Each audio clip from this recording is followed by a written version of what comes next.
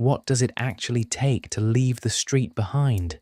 Not pause it, not step back and breathe and then go back to it the way most people do, circling the same corner, the same arguments, the same ceiling year after year. Actually, leave. Trade the block for a hillside mansion, marry the woman who told you she wouldn't wait, raise children who will never understand the hunger that shaped you, walk out of the life clean. Franklin Clinton tried, and the question worth sitting with, worth a long night in the dark with, is whether he really succeeded or whether the life just upgraded around him while he stayed, underneath it all, exactly who he had always been.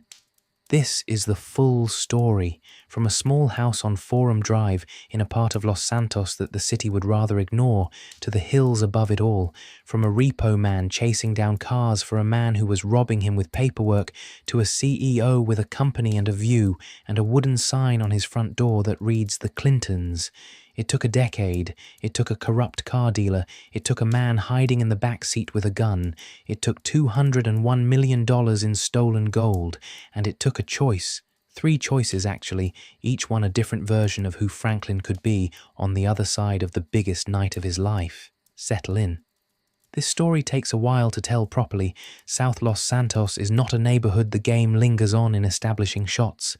There is no slow pan across gleaming architecture, no golden hour beauty to establish the setting. The camera finds Forum Drive the way most cameras find it, without ceremony, without apology, just arriving in the middle of things the way you arrive at any truth about a place, abruptly, without warning, and with the immediate understanding that this is somewhere the rest of the city has decided not to look at too carefully. The house is small.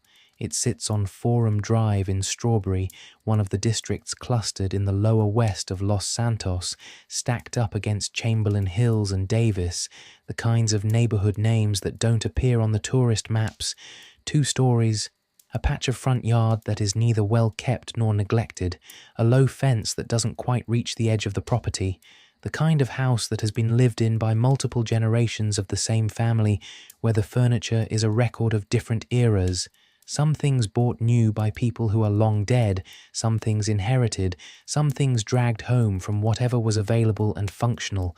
Inside, Aunt Denise and her friends, her causes, her opinions, her presence filling the rooms with a weight that Franklin seems to have been navigating since he moved in years ago. Denise is not a villain in this story. She is also not easy.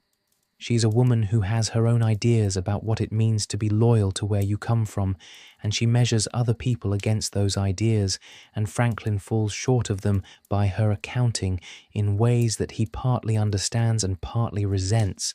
He was not born in this house. He was not even born in Strawberry.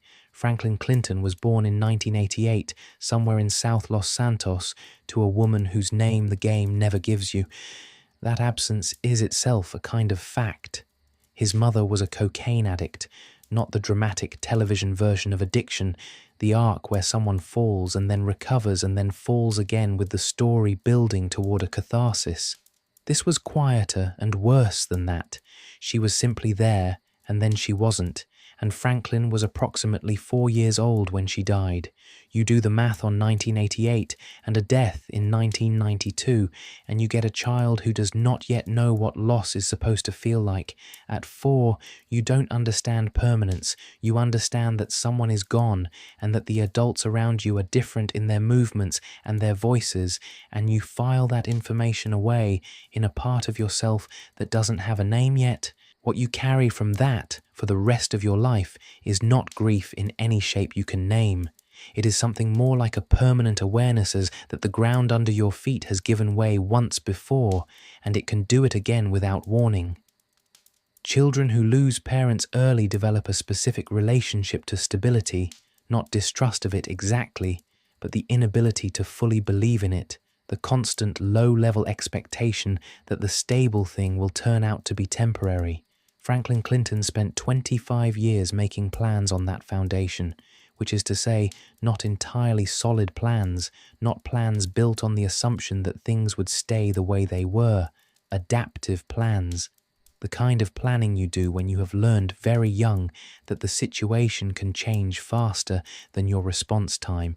His father was never in the picture at all, not from the beginning. The stories Franklin heard growing up were about a man who was violent toward his mother, physically abusive, the kind of presence that drives a person toward whatever numbs the damage. His father left while his mother was still pregnant. Franklin never met him. The stories he heard about his father were not good stories, and he heard them rarely, and the absence was more present in his life than the man himself ever was. He grew up with the shape of an absence where a father is supposed to be, and you can trace that shape in almost every significant relationship he forms in the years ahead. The gravitational pull toward older, more experienced men who demonstrate capability and authority. The particular kind of attention he pays to Michael DeSanta, a man 15 years his senior who operates in a world Franklin can recognize as bigger than his own.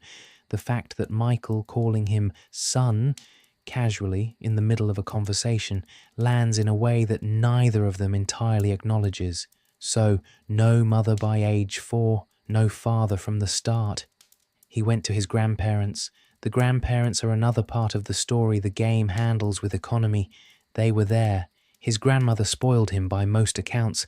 The specific softness that grandmothers sometimes develop for the children they are raising when they expected not to be raising any more children. She was not strict. She gave him things she maybe shouldn't have given him, and she loved him in the uncomplicated way that bypasses the kinds of conditions that parents attach to love because they are building something, because they have a vision for who you should become. His grandmother was not building anything. She was just keeping him. His grandfather was stricter, more present in the correction and consequence way that grandfathers tend to be when they find themselves raising a grandchild at a stage of life when they thought that chapter was behind them. He caught Franklin and J.B. Bradshaw selling cigarettes when Franklin was around 11. He didn't explain the moral position at length. He put a stop to it. This is how the grandparents coexisted in Franklin's early years. Grandmother softening, grandfather firming, Franklin somewhere in the middle, absorbing both influences and developing the specific combination of warmth and discipline that characterized him as an adult, though you'd never describe either quality loudly if you were observing him in those years. He expressed both things very quietly. Forum Drive's specific texture is worth understanding because Los Santos as a fictional city is specific about it. The geography is real, the angle of the streets, the relationship between Strawberry and the districts around it, the way the neighborhood sits in the southwest of the city at a remove from both the beachfront glamour and the downtown density. It is not a visible part of the city from the establishing shots. Those shots are the Vinewood sign. The beach, the skyline at dusk. Forum Drive is what's behind those shots. The ambient reality of that street was the ambient reality of Franklin's childhood. The kids he grew up with knew the same things he knew, the territory lines, the sounds of different kinds of trouble arriving from different directions, the specific calculation you ran every time you went outside about what was possible in this block versus the next one. This was not extraordinary knowledge for a child in that position. It was ordinary knowledge. It was what the place taught, consistently, and the kids who grew up there carried it the way children carry whatever their environment teaches them, not as a burden, because it wasn't unusual, but as simply the texture of how things were. He met J.B. Bradshaw in the neighborhood, and by around the age of 11, 1999, give or take, Franklin and Bradshaw had identified their first business opportunity, selling cigarettes, not running drugs, not stealing, cigarettes. There is something in that detail that is almost touching if you let yourself sit with it. Two kids from South Los Santos, circa 1999, deciding that commerce is the path and that the product they can source and sell is cigarettes. It says something about the ambient economics of the neighborhood, what you can get, what you can move, what the margins look like when you are 11 years old and working without startup capital. His grandfather caught them. That was the end of the cigarette venture. not the end of the impulse behind it. The impulse, find the thing, move the thing, make the margin, would reassemble itself in other forms over the next decade, each iteration a little larger and a little more dangerous than the last.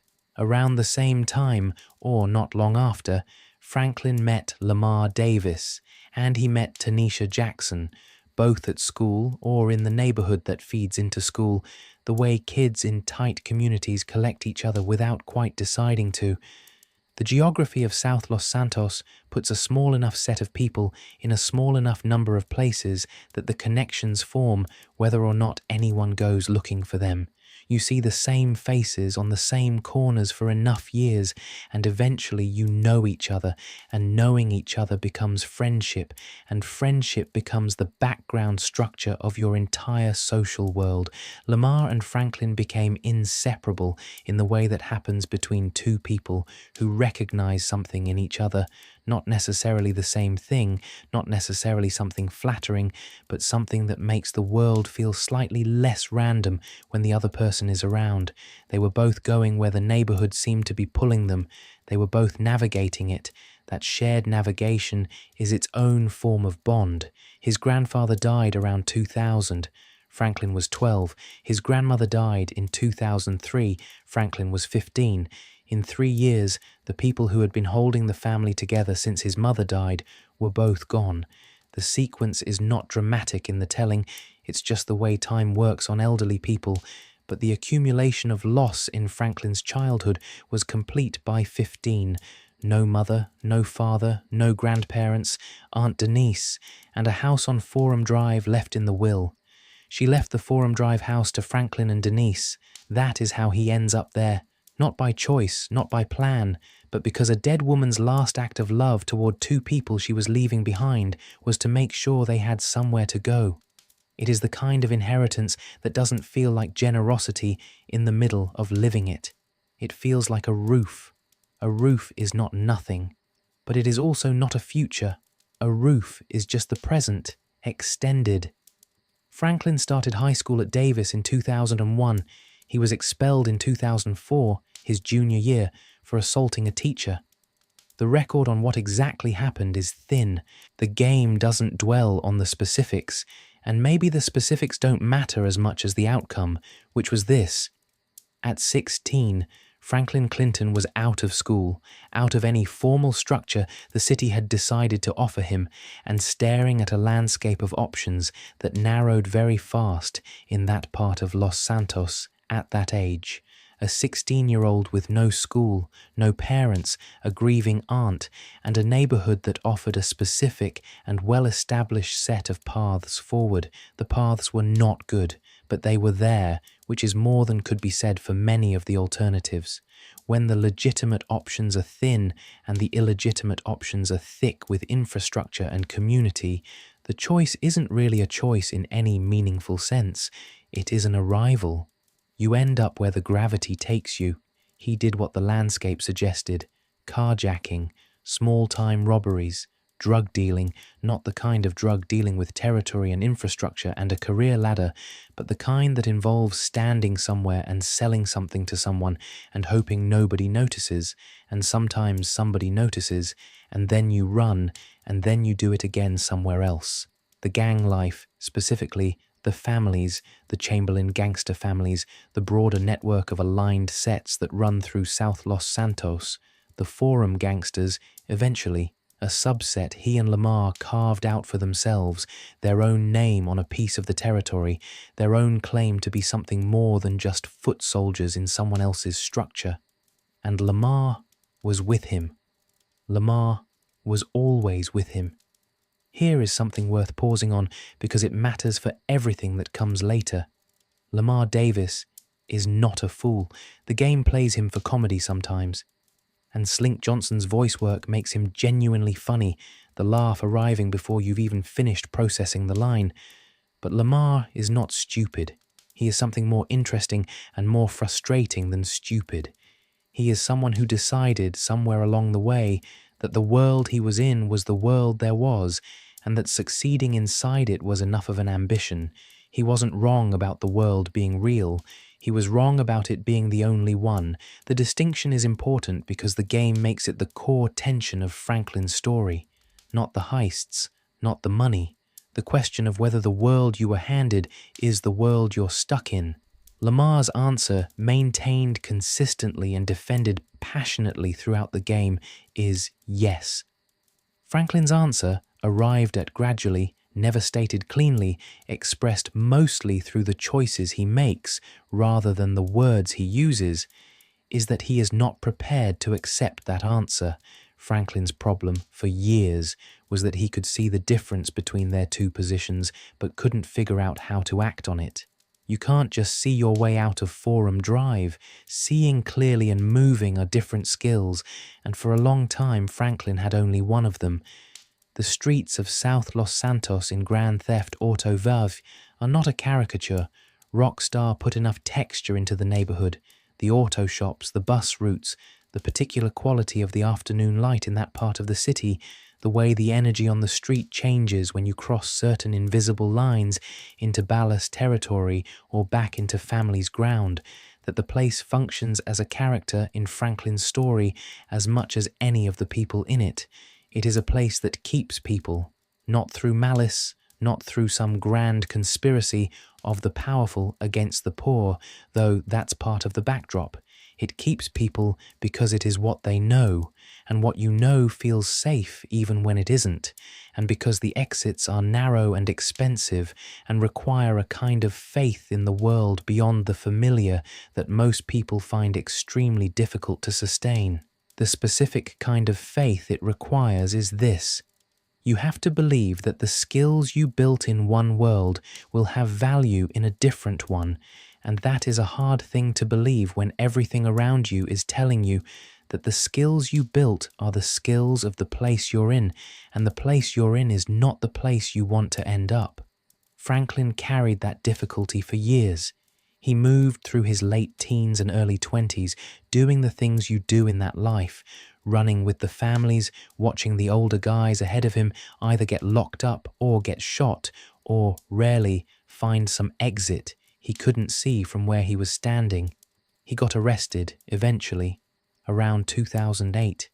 The specific charges aren't spelled out in the game, but the result was a stint inside, Bolingbroke, one of the facilities north of the city, the kind of place where you spend a significant amount of time in a small space with people who have made the same mistakes in slightly different sequences. Prison is another kind of education. It is not the kind that helps you when you come out.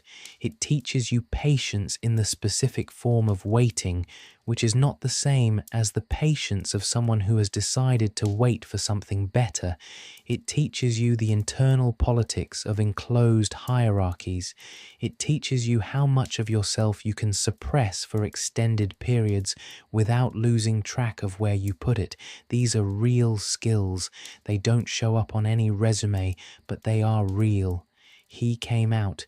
He put himself back together in the way you put yourself back together when there aren't many options. You find work, you stay near the people you trust, you try not to end up back inside. Simeon Yatarian offered him work, and that is where the story as Grand Theft Auto V tells it actually begins. With a 25-year-old man in 2013 driving someone else's car through someone else's city, collecting on someone else's debts, for a boss whose relationship to Franklin was a version of the exploitation he'd been navigating his entire life, just with different paperwork. If you want to understand who Franklin was at the start of the game, understand this: he was not angry. Not in a hot, explosive way. He was tired. There is a difference, and the game is careful about it. Tired people don't explode. They move through their days with a kind of low-grade awareness that something is wrong with the shape of things, and that they haven't found the lever yet that changes the shape. Tired people are patient in ways that angry people can't manage, and that patience, that specific, worn-down, functional patience, is one of the few things Franklin had that would actually serve him when the opportunity finally arrived.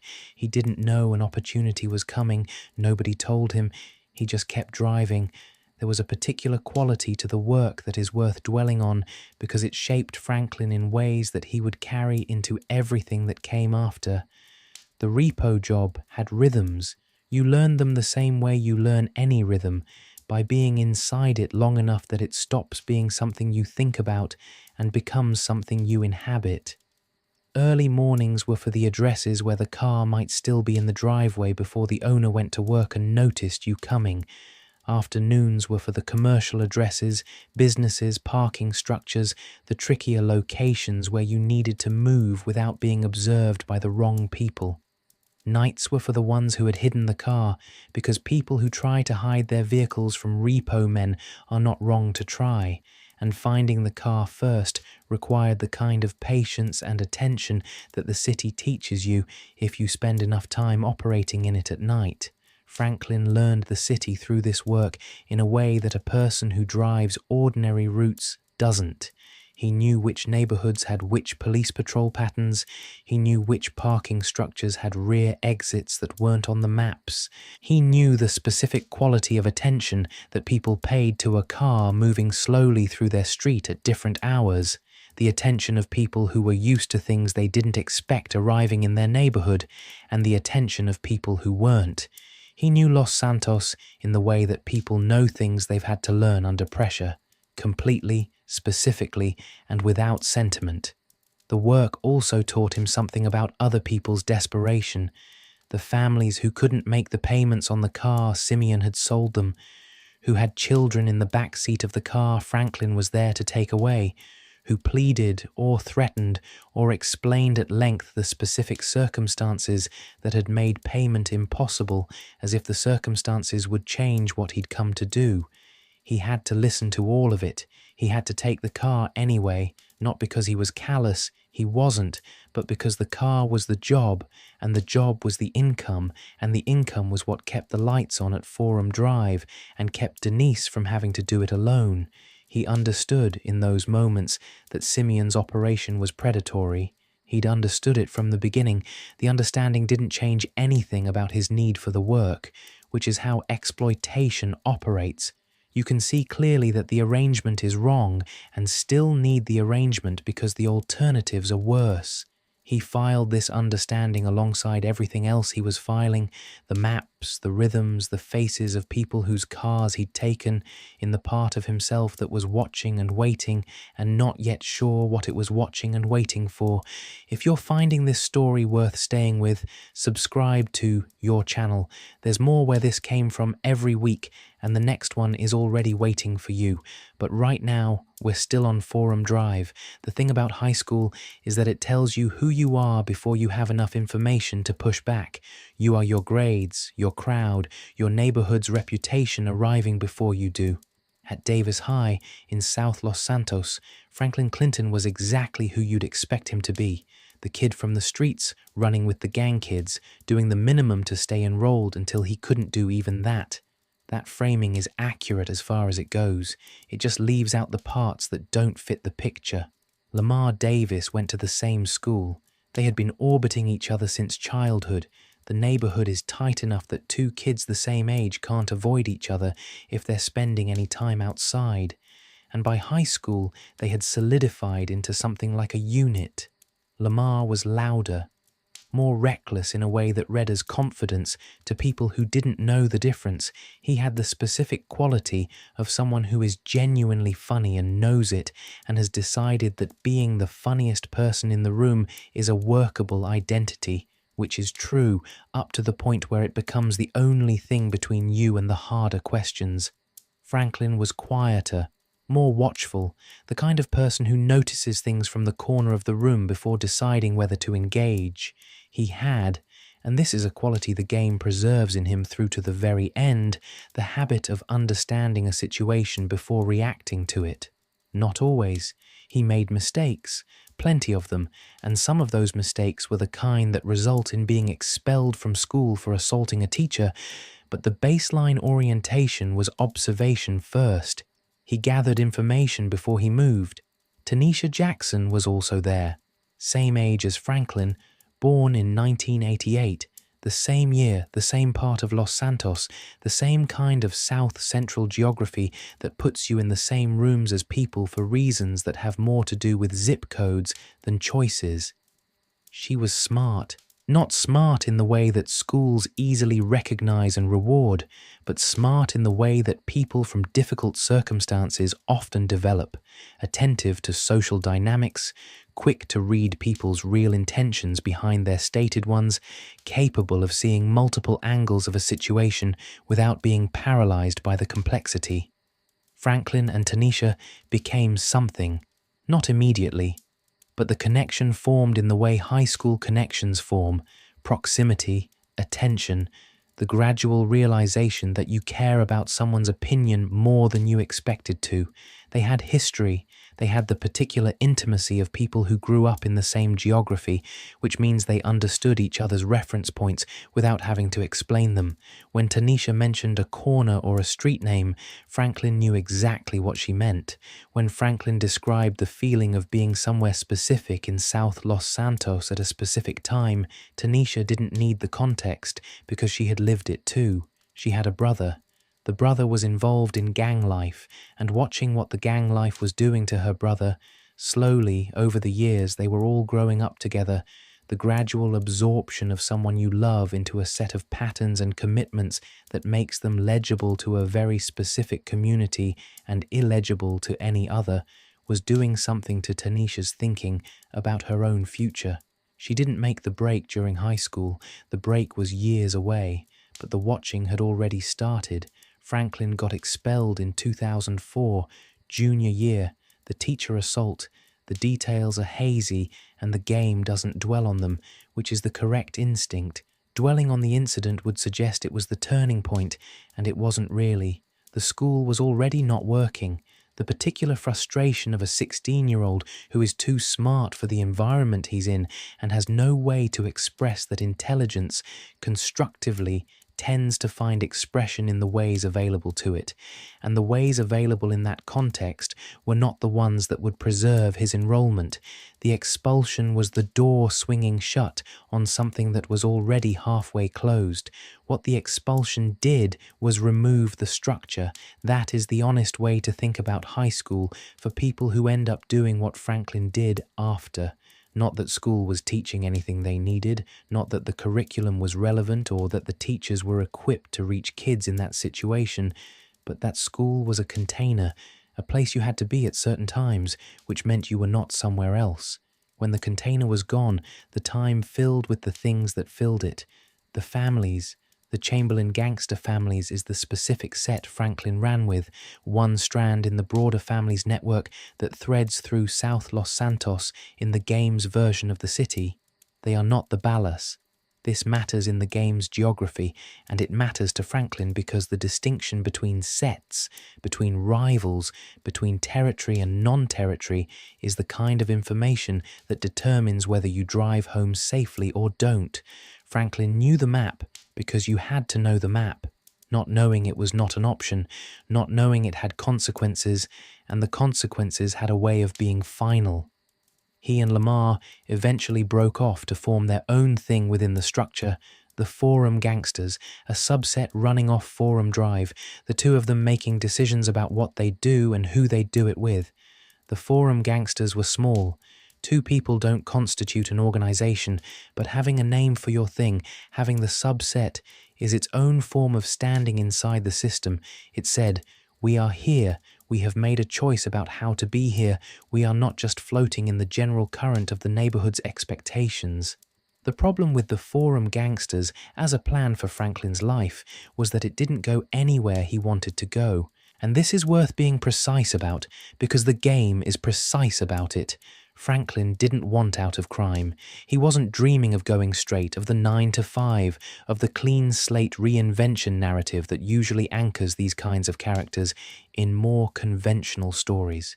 He wanted to do crime better, more sophisticated crime, the crime that Michael DeSanta had apparently done, the kind where you plan things, where you think, where the money at the end is in a different category from the money you make on a corner. He wanted to be professional. in the specific sense that word applies to people who treat criminal activity the way other people treat careers, with attention to skill development, with an interest in doing the work well, with the particular kind of ambition that looks at the ceiling above you and asks how to get past it rather than accepting it as permanent. The family structure had its own internal logic and its own hierarchy, and Franklin understood both without being particularly invested in either. The set structure, the way the families were organized into subgroups with their own territories and their own leadership and their own relationships to the broader network, was a form of institutional knowledge that you either had or you didn't, and having it was the price of operating in South Los Santos without generating problems you couldn't manage. Franklin had it. He'd been accumulating it since he was a teenager, watching which streets required which level of attention. But the structure was also a ceiling in its own right, not because the families were weak, they weren't, but because the family's economy had contracted in ways that the leadership of the organization either didn't acknowledge or couldn't fix. The drug dealing that had been the primary revenue stream was under pressure from multiple directions: law enforcement, competition, the specific kind of market consolidation that happens when informal economies go through the same kind of structural shifts that formal ones do. The carjacking was still viable, but the returns per unit of risk were decreasing. The other income streams, the protection payments, the territory fees, the various arrangements that the families maintained with businesses in their territory, were declining along with the businesses themselves, which were declining along with the broader economic health of South Los Santos in the years after 2008. Franklin saw all of this. He saw it the way you see things when you are paying attention and the evidence is around you every day. The older guys who should have been examples of what the path led to, where were they? Locked up, dead, managing the same corner they'd been managing for 15 years with nothing to show for it except the scars. The few who had made it to something that looked like stability had done it through exits that weren't available anymore, or through connections that Franklin didn't have access to, or through the kind of luck that doesn't replicate. The forum gangsters were his and Lamar's version of refusing to accept that picture as fixed. The subset was small. 2 people don't constitute an organization, but it was a declaration of intent. We are going to do this ourselves. We are going to build our own thing inside this structure rather than just being embedded in someone else's. What the declaration lacked was a clear sense of what the thing was going to be, and that was the problem that the forum gangsters never solved before Michael DeSanta appeared and the question became moot. Dan Hauser put it cleanly in the interviews he gave around the game's release. Franklin, he said, was a gangbanger in a post-gang-banging world. The era when street gang membership in Los Santos meant something, meant power, meant economy, meant a certain kind of status that translated into real outcomes for the people inside the structure, had already passed by 2013. The younger generation was still doing it, still wearing the identity, still bleeding for the territory, but the returns had collapsed. The illegal economy had shifted in ways that made the corner-level operation obsolete, the way manufacturing jobs became obsolete, the way any economic structure becomes obsolete when the world it was built inside has moved on. Franklin could see this. That was the particular torture of his situation. He was smart enough to see that the world he was in had already moved on from him, but he didn't yet have the connections or the knowledge or the specific credibility that would let him find his way into whatever came next. Simeon Yatarian found him before anything else did.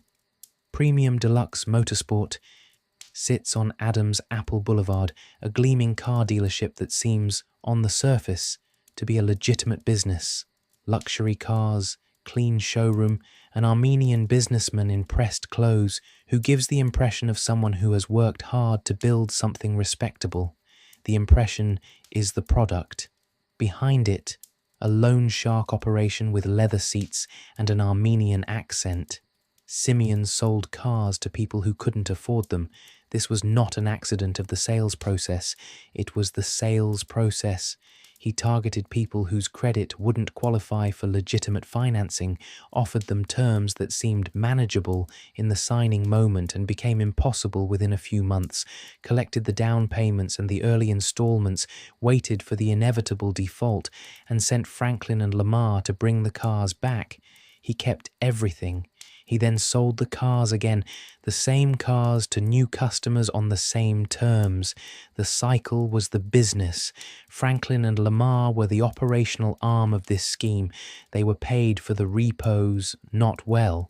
The commission structure was designed to keep them coming back without giving them enough to stop needing to come back, which is the same dynamic Simeon deployed on his customers, just with labor instead of automotive debt.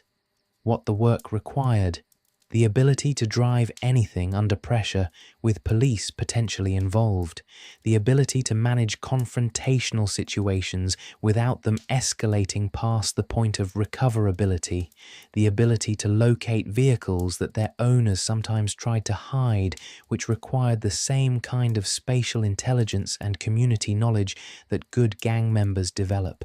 Franklin had all of these things. He had been building them for a decade. What he didn't have was any illusion about what the job was.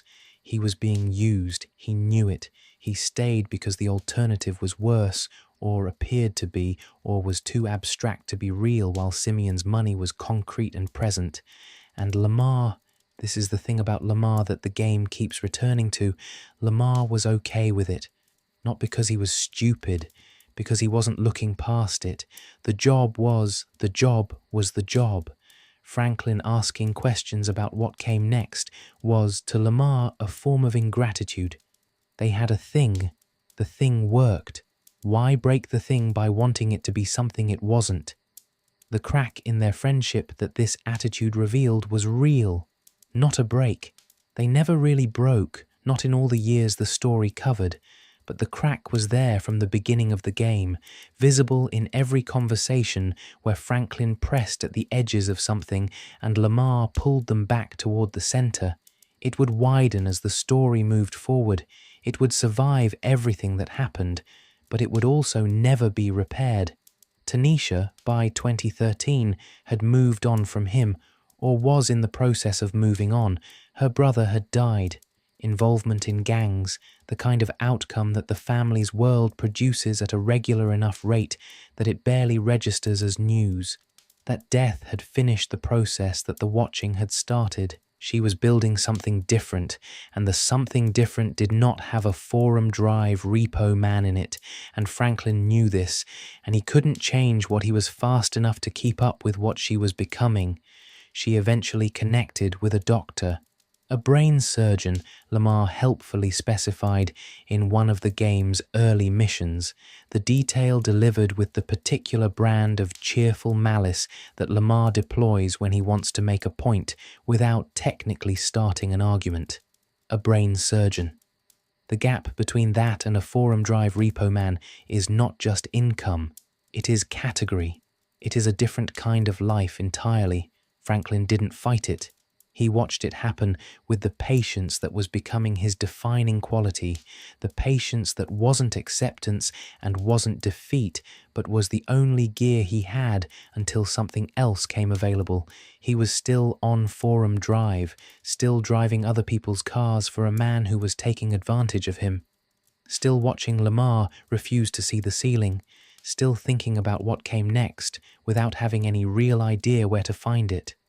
Then Jimmy DeSanta bought a car he couldn't afford, and the world, very slowly, started to move. Spring of 2013, Forum Drive was exactly what it was, not worse than it had been, not better. The Forum gangsters were doing what they did. The family's territory was what it was. The Ballas were on the other side of the boundaries that Lamar and Franklin understood, the way you understand the rules of a game you've been playing your whole life, not because you learned them formally, but because the penalties for forgetting them are immediate and real. Franklin was 25. The calendar was a fact, but not a pressure, not yet. He wasn't old enough to feel the specific weight of not having done the thing yet, the thing that was supposed to come after the beginning. The beginning was the gang life, the street life, The formation period, the after was supposed to be something else. He was still in the beginning, later in it than most, and the after was still theoretical. Chop was Lamar's dog, a Rottweiler. He lived at Lamar's cousin's place mostly, got walked wherever Lamar happened to be, appeared in conversations primarily as a logistical question: who was feeding him, who was supposed to be watching him, why he had eaten something he shouldn't have again. He was young then, big and loud and full of the specific energy of a young Rottweiler who was not being trained carefully and was therefore making his own decisions about almost everything. Franklin liked him despite this, or maybe because of it. The dog had a personality that didn't pretend to be anything other than what it was, which was a quality Franklin found easier to manage than the alternative. On Forum Drive, on a regular Tuesday, the day that eventually produced the BJXL job would not have been distinguishable from any other day. Simeon called. There was an address. Franklin drove to the address. He got in the car. He drove toward the dealership. The man in the back seat was waiting. The work on a day-to-day basis was this. Simeon would call. There was a car. Someone had stopped making payments or had never intended to start making them in any meaningful way because Simeon's customer selection process was specifically designed to identify people who would default, which is how the scheme kept running. Franklin would get an address. Sometimes the address was accurate and the car was there. Sometimes the address was wrong, or the car had been moved, and the job became a search before it became a retrieval. He and Lamar would locate the vehicle. They would secure it. They would return it to the lot. Most of the time, nothing particularly interesting happened. The car was where it was supposed to be. The person wasn't home, or didn't have anything useful to say, or didn't have any practical way to stop two men from taking what they'd come for. You do a thing enough times and it becomes routine, and routine has a way of making even the absurd feel ordinary. Repo work is, on its face, one of the more absurd jobs available in the informal economy. You drive to someone's house and you take their car away because they signed a paper saying you could if they stopped making payments, and then you drive away in their car while they watch from the porch, and yet by 2013 Franklin did it with the same remove that a plumber brings to a pipe. But here is something the game establishes early, and if you miss it, you miss something important about who Franklin is. Routine was not what Franklin was doing inside his own head during those drives. He was thinking.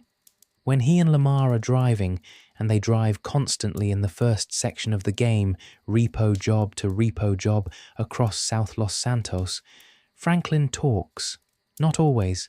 Not in the way that fills silence for its own sake, but when he does, he's usually working through something, pushing at the edges of an argument with himself about the life he's in and the life he can see from the outside, asking questions that Lamar doesn't particularly want to answer, not because the questions are unfair, but because answering them would require Lamar to reckon with the same things Franklin is reckoning with, and Lamar has decided not to reckon with those things. The first notable job of the game is a motorcycle repo in Vagos territory, a bagger belonging to a Vagos member who had apparently purchased it through Simeon's lot and predictably defaulted. Vagos-controlled Vespucci Beach is not where you go if you want to have a peaceful professional interaction. Franklin knew this. The calculated approach was to locate the bike, assess the environment, and extract it with minimum disruption. Lamar pulled a gun on the Vagos. This required no particular provocation. It was not strategic. It was Lamar encountering a situation with aggression as his default setting, which is a quality that has both served him and destroyed him at various points in his life, and in this instance it resulted in a firefight, the death of the bike's owner, and Lamar keeping the motorcycle for himself because returning it to Simeon was now beside the point. Franklin filed this away. He had filed many things away about Lamar by 2013. The picture they accumulated over years was of a man whose instincts were almost always oriented toward the escalation, the confrontation, the thing that happened next, rather than the thing that needed to happen after that. Lamar lived inside his situations. Franklin lived inside his situations and also slightly above them, trying to maintain the view. The BJXL was the job that ended Franklin's time with Simeon. Jimmy DeSanta, 19 years old, Michael's son, a product of a specific kind of American wealth that gives children everything except the judgment to manage it, had purchased a BJXL from Simeon's lot at the height of his spending. The terms were standard: aggressive interest, low barrier to entry, built-in default. Franklin was sent to collect the vehicle. He found the BJXL. He got in. He drove. The voice from the back seat was calm. That was the first thing Franklin registered about it, the absence of alarm in it, which suggested someone who had either done this before or who had thought through the situation with enough care that surprise was no longer a variable. The voice told him to drive to a specific location. The location was Simeon's own showroom. The instruction was to drive the car through the front window. Franklin did not ask many questions. The gun helped focus the request. But there was also something in the command itself, the specificity of it, the total confidence of the man giving it, that communicated a kind of competence Franklin respected, even in the middle of a situation where he was being used. He knew what he was seeing. He recognized a professional. He drove through the window. Simeon's showroom absorbed the BJXL with the specific sound of glass and metal and a showroom's worth of carefully arranged automotive displays suddenly rearranging themselves. The man paid Franklin in cash. Then he left. Franklin was unemployed, standing in the ruins of his employer's storefront with money in his pocket and the feeling that something had just happened that he didn't fully understand yet. Now, here is where the story doubles, because the other thing happening, outside the fiction of the game, outside Los Santos, in Watts, California, in the real world, was the story of how Franklin Clinton came to exist at all. Sean Fontano was born on April 8th, 1968, in South Los Angeles. He grew up in Watts, which is to south-central LA, roughly what Strawberry is to South Los Santos, a neighborhood that the rest of the city looks past if it can, that produces a specific kind of person shaped by a specific kind of pressure. The geography and the economics and the choices available at each age bracket were not dissimilar. Fontano joined the Crips as a young man. He dealt drugs, he stole cars. He operated in the informal economy that fiction tends to glamorize and that reality tends to make simply exhausting, the constant calculation of who can be trusted, the particular vigilance of someone who knows the danger is real because the danger has been real before. He was shot multiple times, not the abstract, involved in violence that stories sometimes settle for, but actually shot, with the specific quality of aftermath that comes from having a bullet enter your body. The hospital, the recovery, the recalibration of what you thought you knew about your own invulnerability. The first shooting changes how you think about the second one. The second shooting changes how you think about whether to be in situations where there might be a third. He was vice president of the Choppers MC, a Black American motorcycle club. The motorcycle club is a different kind of structure than a street gang, different codes, different hierarchy, different relationship to the larger world, but it is still a structure, and Fontano was embedded in it deeply enough that leaving required intention and not just drifting. He pulled back from the motorcycle club in good standing, which is the only way to pull back from something like that without creating new problems. In 2001, he appeared in a film called The Wash, a small role made with DJ Pooh, the comedian, filmmaker, and consultant for the GTA franchise who would become the connection between Fontano's world and rock stars. Then 12 years passed. No acting work, other things. Fontano was 44 years old when DJ Pooh called about the project. The project was not, at that point, being called Grand Theft Auto V. It was being called Paradise.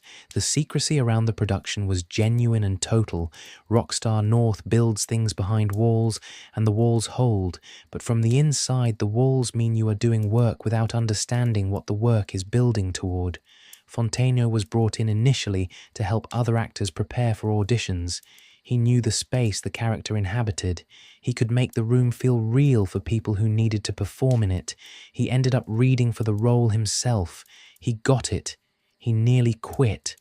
The secrecy that protected the project also made it impossible to find your footing inside it. You show up, you deliver, you go home, and the larger shape of the thing remains opaque. The character he was building had no context beyond what he could hold in his own memory from session to session. A director sat him down at one point and told him to trust the process. He stayed. The reason the performance lands, the reason Franklin Clinton sounds like a specific person and not a type, the reason the tiredness is real and the intelligence behind it is real and the patience is real, is that Fontaine was not performing Franklin's background. He was providing access to his own. He had driven cars that weren't his. He had operated in situations where the wrong move produced consequences that a wrong move in a safer environment would not produce. He knew what it felt like to be embedded in a world that made complete sense from the inside and was invisible from the outside. He had also, crucially, wanted out. Not in a dramatic arc, not with a clear moment of transformation, but with the gradual accumulation of evidence that staying was not a sustainable decision and the slow work of finding another way to be. GTA 5 was, for Fontaine, something he'd been living toward without knowing it.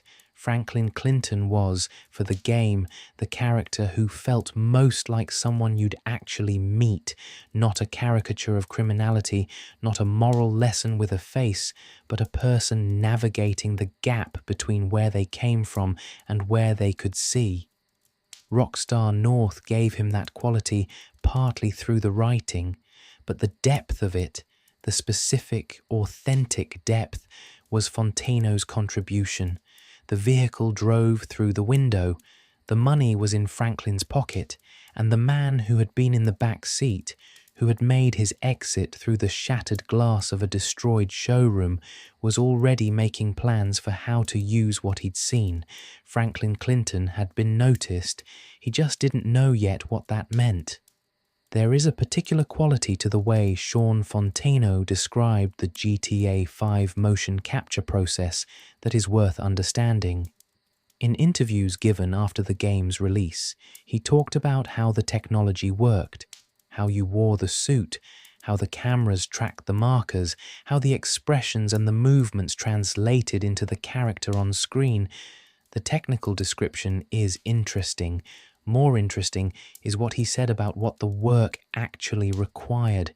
It required him to live inside memories he'd spent years trying to move away from, not to romanticize them, not to suggest the life was something other than what it was, but to access the specific sensory texture of it, the quality of the air at night in a certain part of South Central Los Angeles, the specific weight of operating in an environment where the wrong move had immediate physical consequences, the precise way that a young man from that background holds himself in a room when he doesn't entirely trust the room. These are embodied memories. They don't live in the conscious mind, they live in the body, and the body gives them back when the conditions are right.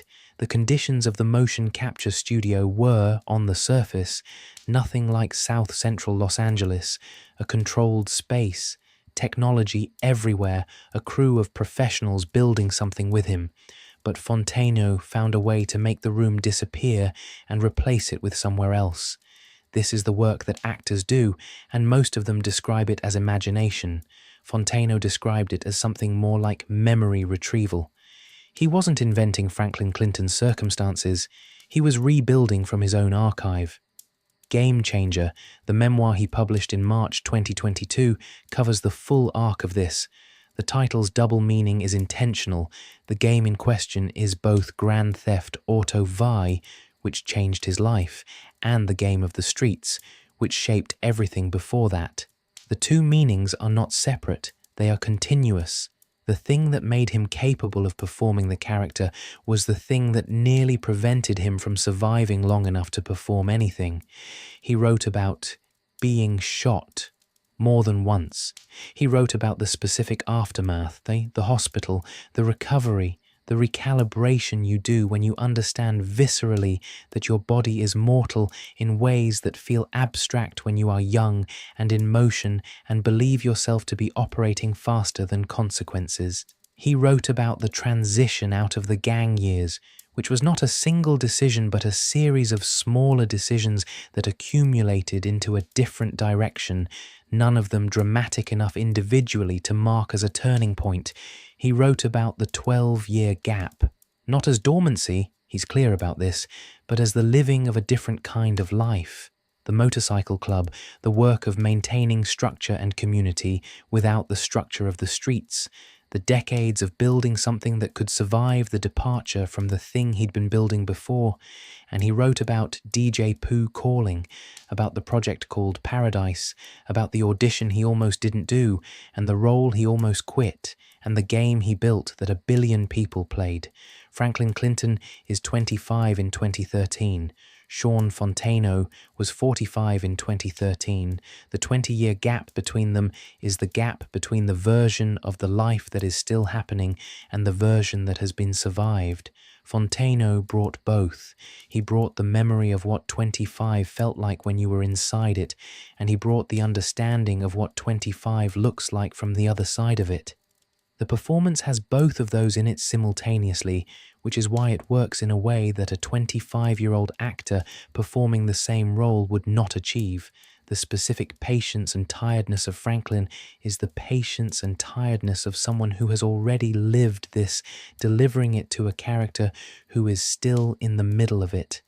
That is what great casting produces when it works correctly, not just someone who looks right or sounds right, someone whose relationship to the material is the material, back on Forum Drive, back in the BJXL, back in the moment just after the crash. The money was real in Franklin's hand, the showroom was destroyed around him.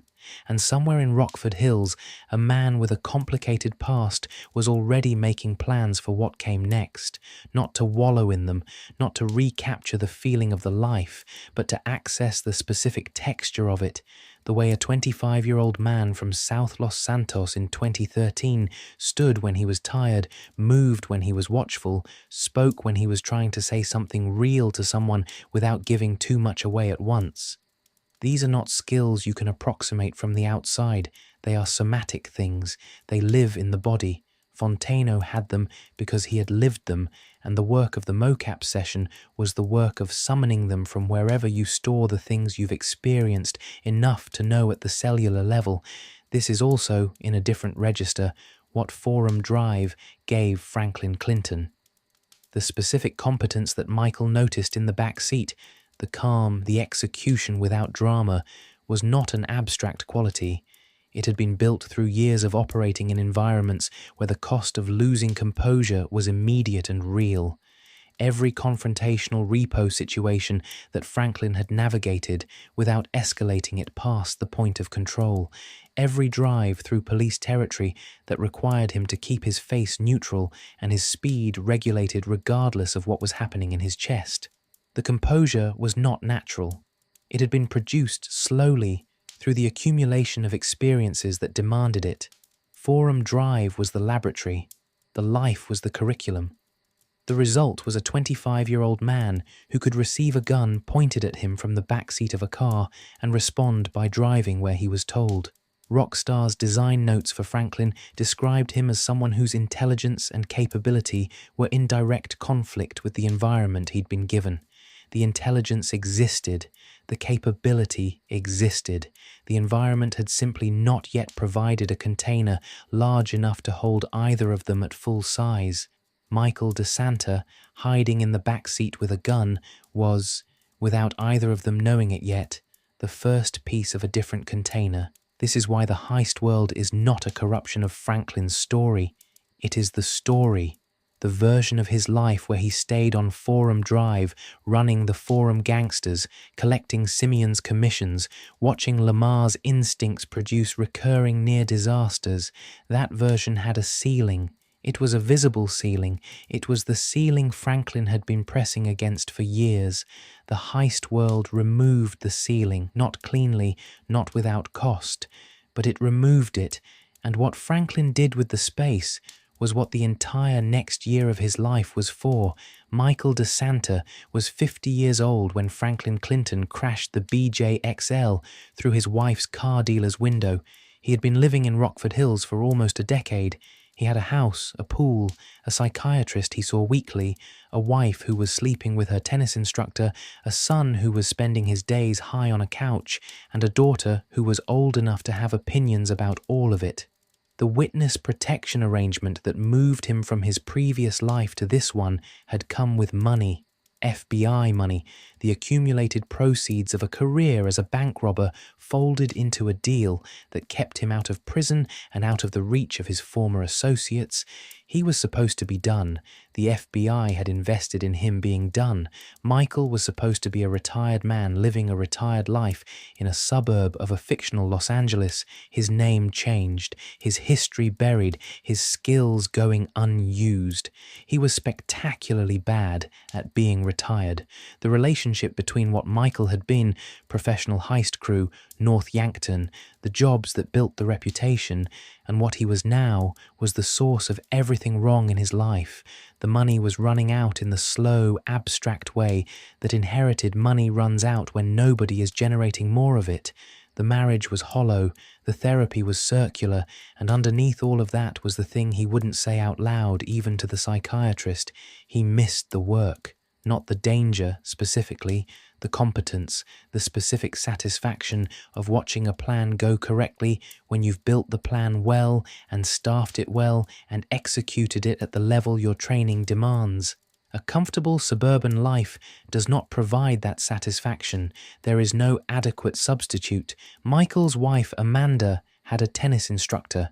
The instructor had a name, Kyle Chavis, and the relationship between them was the kind that husbands suspect and then confirm and then cannot unknow.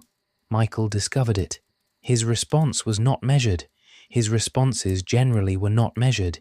He needed someone to help him chase the tennis instructor down. Franklin was available. But between the showroom crash and the tennis instructor chase, there was the matter of Jimmy. The BJ XL crash had introduced Franklin and Michael, but introduction is not the same as relationship. Michael had used Franklin. That was the transaction. Franklin could have left it there, taken the cash, filed the experience under strange afternoon, and moved on. But Michael had mentioned the possibility of future work, and Franklin was not in a position to leave possible future work on the table. He called back. Michael's son, Jimmy DeSanta, had managed to get the family's yacht stolen while he was on it. This requires a specific kind of helplessness to achieve. You have to be both on the boat and unable to prevent someone else from also being on the boat and driving it away. Jimmy had managed it. The yacht was moving, and Jimmy was on the moving yacht, and someone needed to retrieve him before the yacht reached open water, and the situation became significantly more complicated. Michael called Franklin. Here is the thing about that call and what Franklin chose to do with it. He had no obligation to respond. Michael was not his employer. Simeon had been his employer, and that arrangement was over. Michael was a man Franklin had known for approximately one afternoon, who had used him for a specific purpose and paid him and left. Calling back was a choice, not a requirement. Franklin called back because he recognized what Michael represented, not consciously, not yet, not with that vocabulary, but some part of him read the man in the back seat correctly. This was someone who operated at a different level. The confidence, the calm, the specific way he had processed a situation with multiple variables, Franklin driving, the gun, the destination, the payment, as if it were routine. That ease with complexity was something Franklin had been looking for without knowing he was looking for it. He went to the yacht. He helped. They got Jimmy off. The yacht escaped. Michael kept Franklin in mind. He mentioned during the yacht situation that he would keep him in mind for future things. Franklin noted this the way you note a door that might open without knowing when. The tennis instructor Chase was the next door. Franklin helped Michael track Chavis down. The chase led them to a house in Vinewood Hills. Michael was certain it was Chavis's house. The confidence of someone who has identified a target without quite enough information to be certain. They used a truck. Specifically, they used the truck to attach a cable to the deck of the house, and then they drove, and the deck came away from the house and went down the hillside, and the structural integrity of the building collapsed in the specific way that a hillside house collapses when its support structures have been removed by an act of automotive physics. The house was not Kyle Chavis's house, it was Martin Madrazo's house. Madrazo was a cartel boss, the word cartel carrying in the context of Los Santos's criminal geography a very specific set of implications about what happens when people associated with a cartel are unhappy with you. He appeared at the scene while the dust was still settling. He was unhappy. The bill was $2.5 million. Not a price for the house exactly, a price for the insult. The distinction mattered to Madrazo even if it didn't change the number. Michael didn't have $2.5 million. He needed to find it, quickly. This is the sequence of events that pulled Franklin into the heist world properly. Not the crash at the showroom, which was opportunistic. Not the yacht, which was a favor. This was the entry into the financial reality of Michael DeSanta's situation. He owed a cartel boss $2.5 million because he and Franklin had destroyed his house, and the only way to get that money was to go out and get it. Lester Crest had a pharmaceutical CEO he needed handled. Brett Lowry, CEO of Bilkinton Research, which was competing with a company in which Lester had investments. The logic was the stock market. Lowry dies, Bilkinton's value drops, the rival company's value rises, Lester profits. The actual act, the part that required someone who could move through a luxury hotel undetected and manage a specific situation, required Franklin. He did it. Lester paid him $9,000, which was not the kind of money that paid a cartel boss off, but it was money. Lester also gave him the house in Vinewood Hills. For tax reasons, he explained, a house Lester owned that he needed someone to actually live in for reasons that made sense if you understood Lester's relationship to the tax code and didn't need to make sense to Franklin beyond the fact that he was being offered a house. Franklin moved.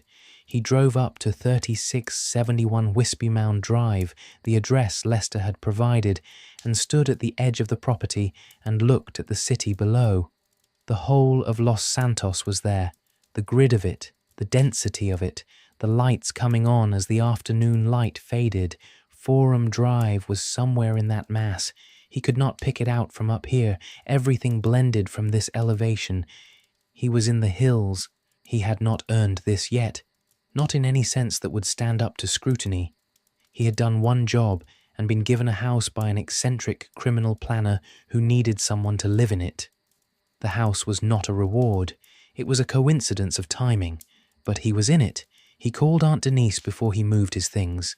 Not because the call would go well, he knew the call would not go well, but because not calling would have been worse, the kind of omission that becomes its own accusation.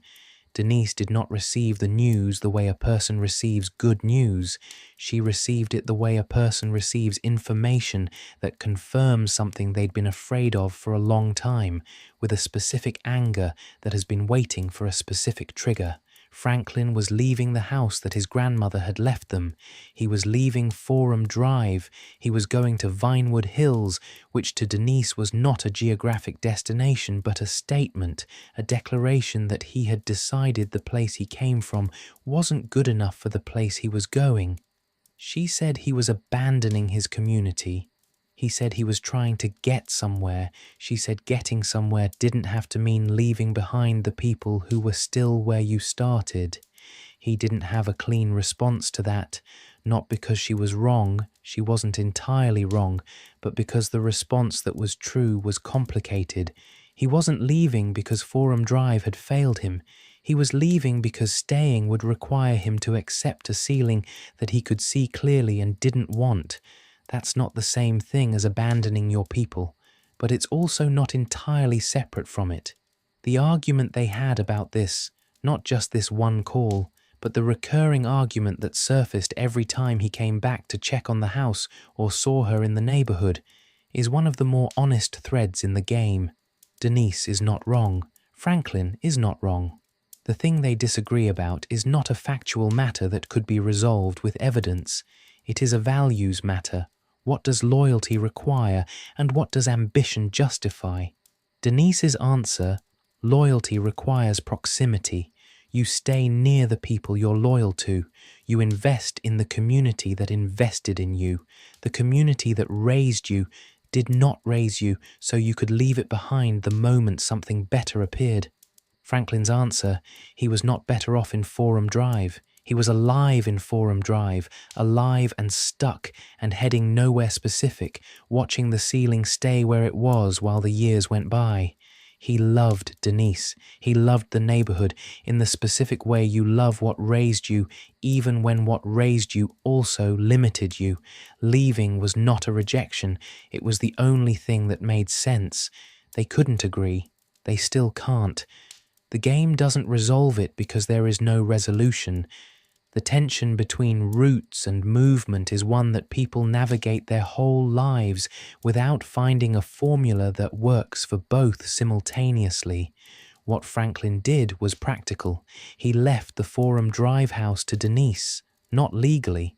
The house was already jointly inherited, but functionally, he moved out. She stayed. The arrangement let both of them be right in the specific, separate ways they needed to be right. He was in the hills.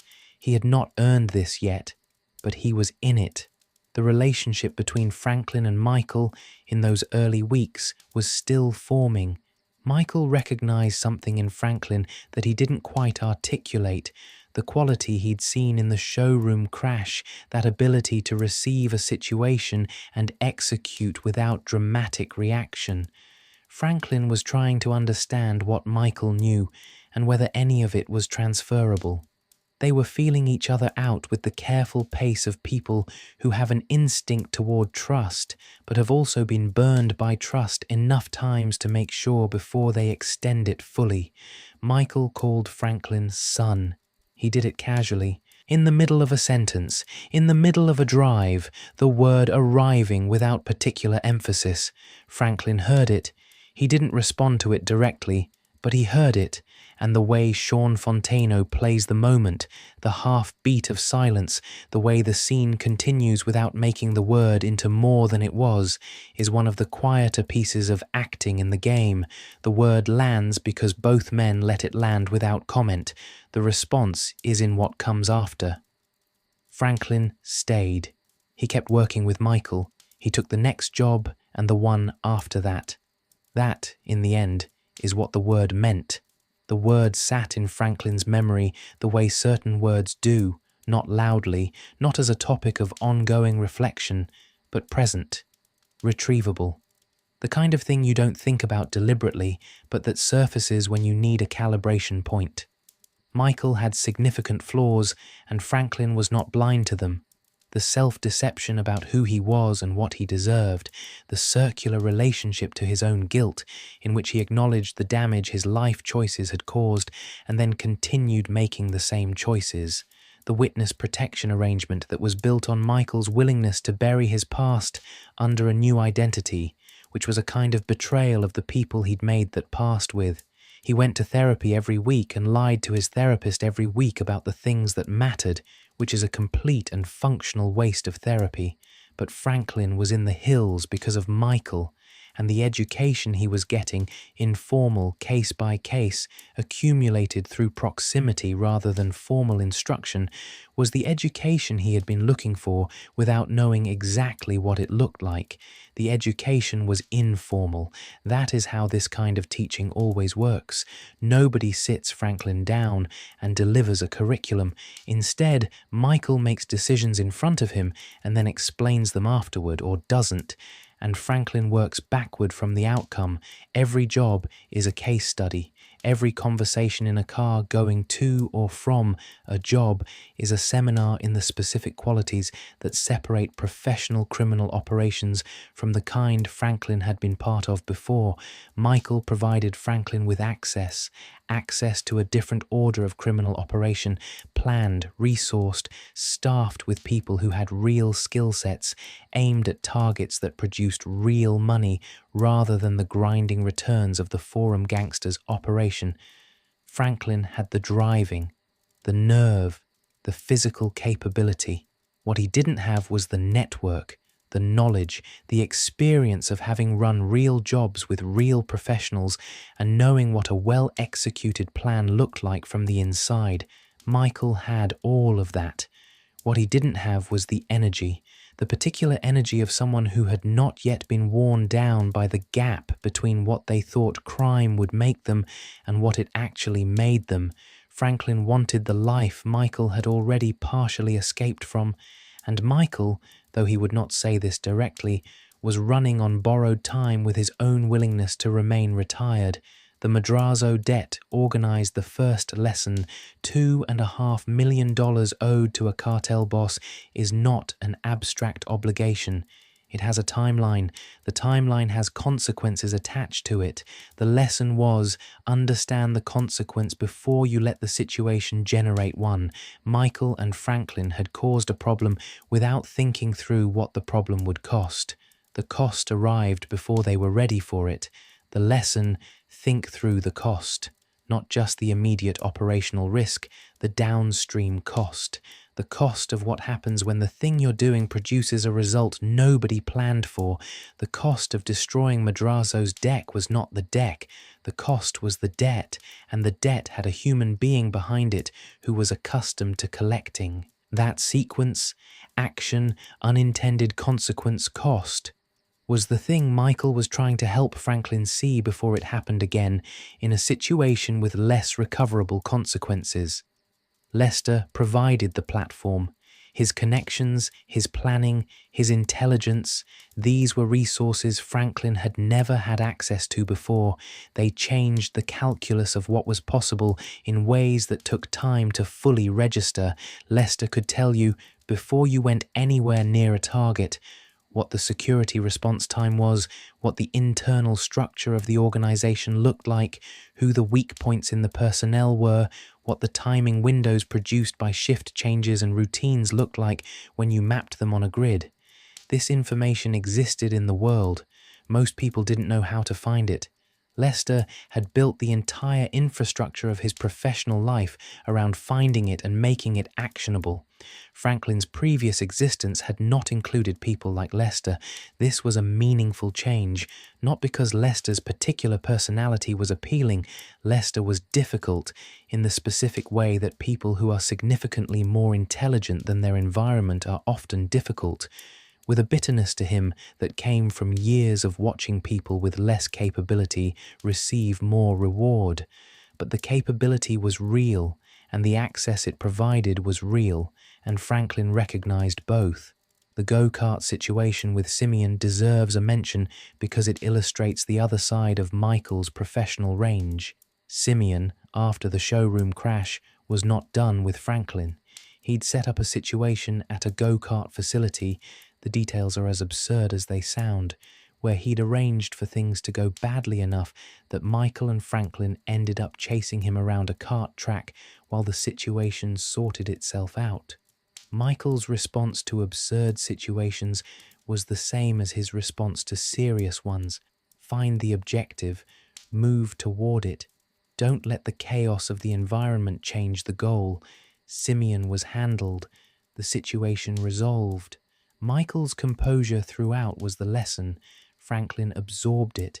He was learning to hold the objective clearly in circumstances that wanted to replace the objective with the management of the circumstances.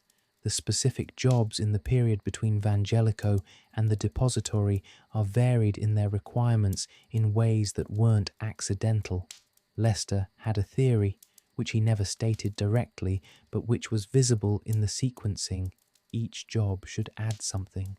Not just money, a capability, a contact, a piece of knowledge about how a specific kind of problem worked. The Bureau raid added the knowledge of operating in government facilities. The Paleto job added the knowledge of sustained engagement with organized response, what it looks like when the containment is larger than you anticipated and you have to fight through rather than evade. Each job was research into a slightly different problem set. Franklin was, without knowing exactly that this was what was happening, being prepared for the depository. There was also Trevor. Michael had told Franklin to keep the circle tight. Don't introduce complications. The complications arrived anyway, as they always do, because Trevor Phillips had heard about the jewelry store on the radio in Sandy Shores and understood immediately that Michael DeSanta was not retired, and Trevor drove toward Los Santos with the specific purposefulness of someone who has been waiting 9 years to have a reason to go towards something. Franklin heard about Trevor before he met him. Michael's description was careful. Careful in the way descriptions are careful when the person doing the describing is aware that full honesty would produce a response that makes everything harder. Trevor was good at what he did. He was reliable in his fashion. He was, Michael allowed after a pause, difficult. Difficult was a significant understatement, but some things have to be learned from the inside. Before Trevor arrived, there was a stretch of weeks that is easy to overlook in the broader sweep of the story, but that mattered more than it seems.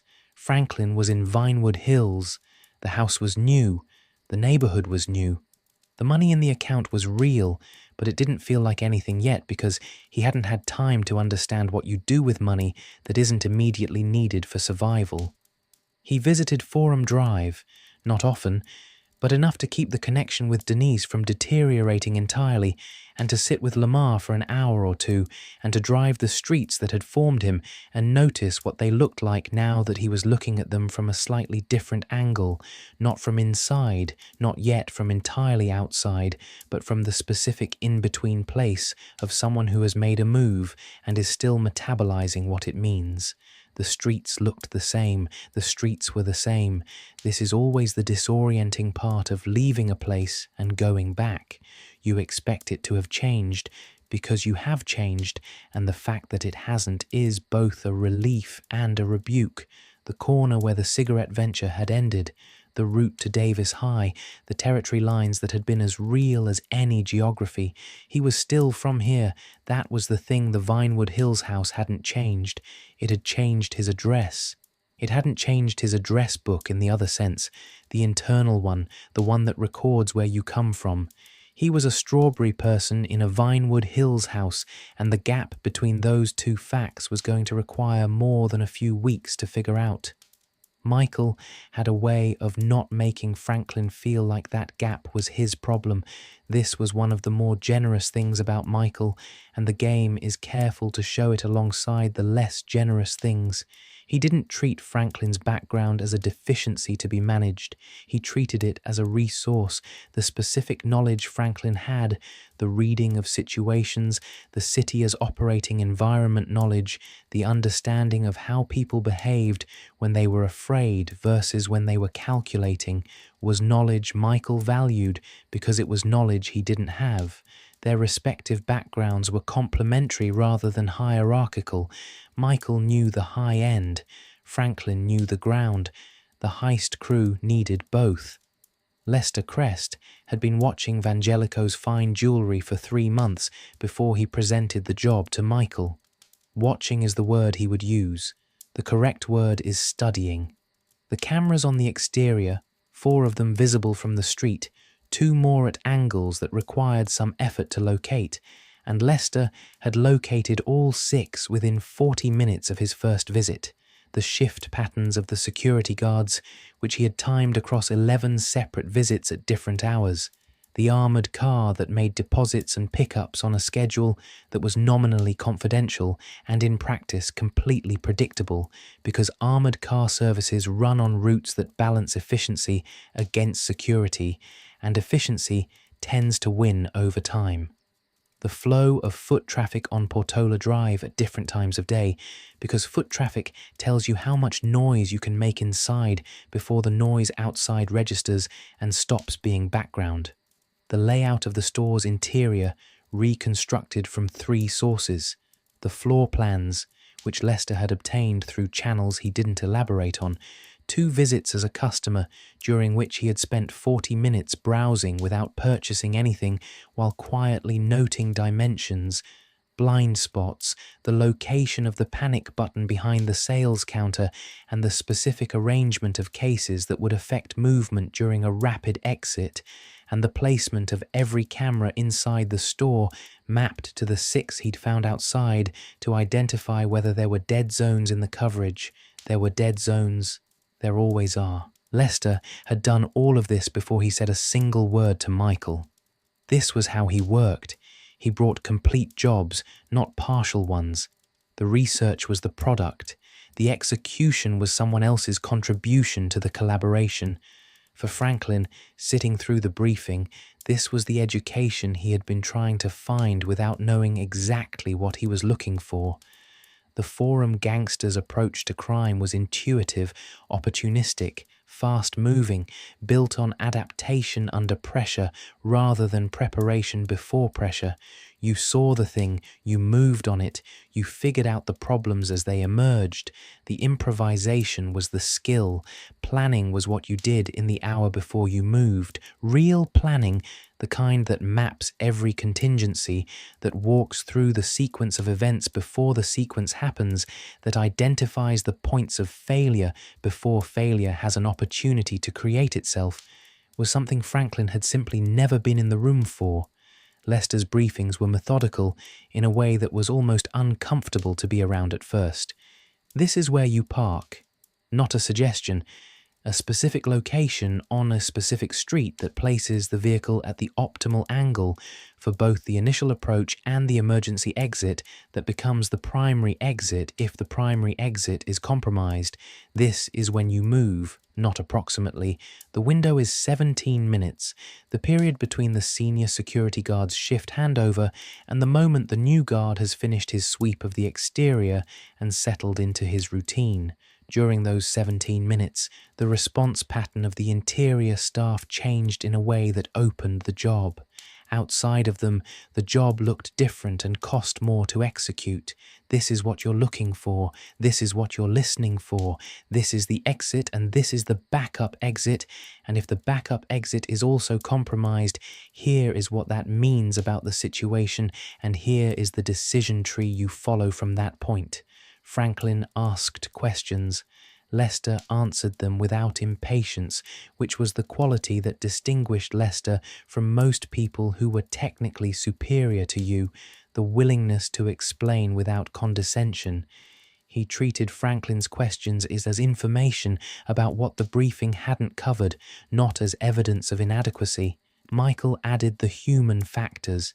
He'd worked with Lester before across multiple jobs over a decade and a half, and the specific thing Michael added to Lester's analysis was the weight of experience, the practical sense of which plans held under pressure and which ones were theoretically correct, but emotionally brittle. Lester could tell you what should happen.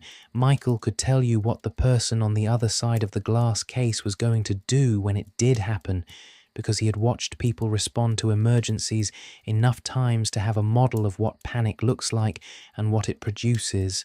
The plan required disguises, not the movie version of disguises, elaborate costumes that conceal identity while remaining practically functional, pest control uniforms, specifically bug stars, one of Los Santos's larger pest control services, which operated vans of a specific design and color that were visible enough on the street to be unremarkable. Lester drove a Bug Stars van into the ventilation access on the roof of the building adjacent to Vangelico's.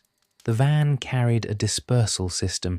The system released a gas through the shared ventilation, not toxic, not incapacitating, but deeply unpleasant in a way that made staying inside feel like a worse option than leaving immediately.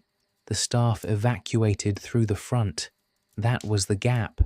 Michael and one additional crew member entered Vangelico's through the rear during the evacuation. They had the time from the gas dispersal to the first police response. Lester's estimate was 11 minutes from the moment the alarm triggered, accounting for Rockford Hill's response patterns and the specific precinct coverage for that block. 11 minutes is an operational lifetime. Franklin was outside. His job was the vehicle, the approach and the exit, not the entry, not the interior work, not the loading of the cases, the vehicle. And here is why that matters, and why Michael had given him specifically this role rather than any other. The vehicle on a job like this is not support. The vehicle is the difference between a crew that gets away and a crew that gets caught, full stop. The interior work can go perfectly. Perfect timing, perfect execution, the right cases opened and the contents loaded without a single error, and it ends in a police lockup if the driver makes one bad decision on the way out. Franklin did not make bad decisions on the way out. The LSPD response to the Vangelico alarm came fast. Portola Drive had patrol coverage, and Rockford Hills in general was prioritized. The precinct assignments for the luxury retail corridor were denser than they were for comparable footage in less wealthy parts of the city, for reasons that were obvious and also entirely consistent with every other way that the city distributed its resources. When the alarm went, the radio chatter activated and the containment pattern started assembling. Franklin was already moving.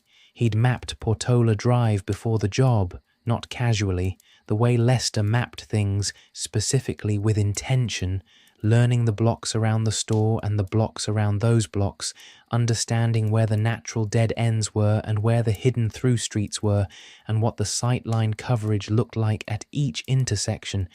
He didn't study this because Michael told him to. He studied it because he had absorbed enough from Lester's briefings to understand that the information you need during an emergency is the information you acquired before it. The pursuit organized fast. LSPD units coming from two directions, the primary response from the north, a secondary unit from the west that was there to redirect, not to catch, to push the escape route toward the primary. Franklin saw the shape of it while it was forming and drove through the gap before the gap closed. He was not driving at the limit of what the car could do. He was driving at the limit of what the situation would allow, which is different, a slightly lower speed, a slightly more controlled aggression, the kind of driving that preserves options rather than consuming them. They got clear. The fencing process was Lester's domain. Jewelry is not money. Jewelry is materials with intrinsic value and market value, and the gap between those two and the street value, what a fence will pay for stolen merchandise from a high-profile robbery, is significant. Lester had relationships. The output was a number that was not the retail value of what had been taken and was also not the repo man commission Franklin had been earning before this. It was real money, specific, in-hand, actual money.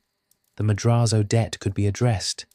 Franklin held his share and understood something that he had suspected but not confirmed. The kind of crime he had been imagining from the outside, the planned, professional, crew-based operations that produced real money and that required real competence rather than just proximity and willingness, was something he could do. Not in theory, in practice. He had done it. He had filled the role he'd been given at the level the role required, and the result was a number in his hands that validated the calculation Michael had made about him in the first minutes of the backseat encounter. This is a specific kind of confidence, and it is different from arrogance. It doesn't announce itself. It settles in quietly. The way things settle when they have weight and are resting on solid ground. It changes your relationship to risk in a way that isn't recklessness. Recklessness is the confidence of someone who doesn't understand the risk. This was the confidence of someone who understood the risk exactly and had demonstrated to themselves and to the people they were working with that they could carry it. He had a question after the job, not about the money, about the next one. Lester was already planning the next one. The depository, he had mentioned, with the specific quietness of someone who mentions something once and then waits to see if the room is ready to hear it. Not yet.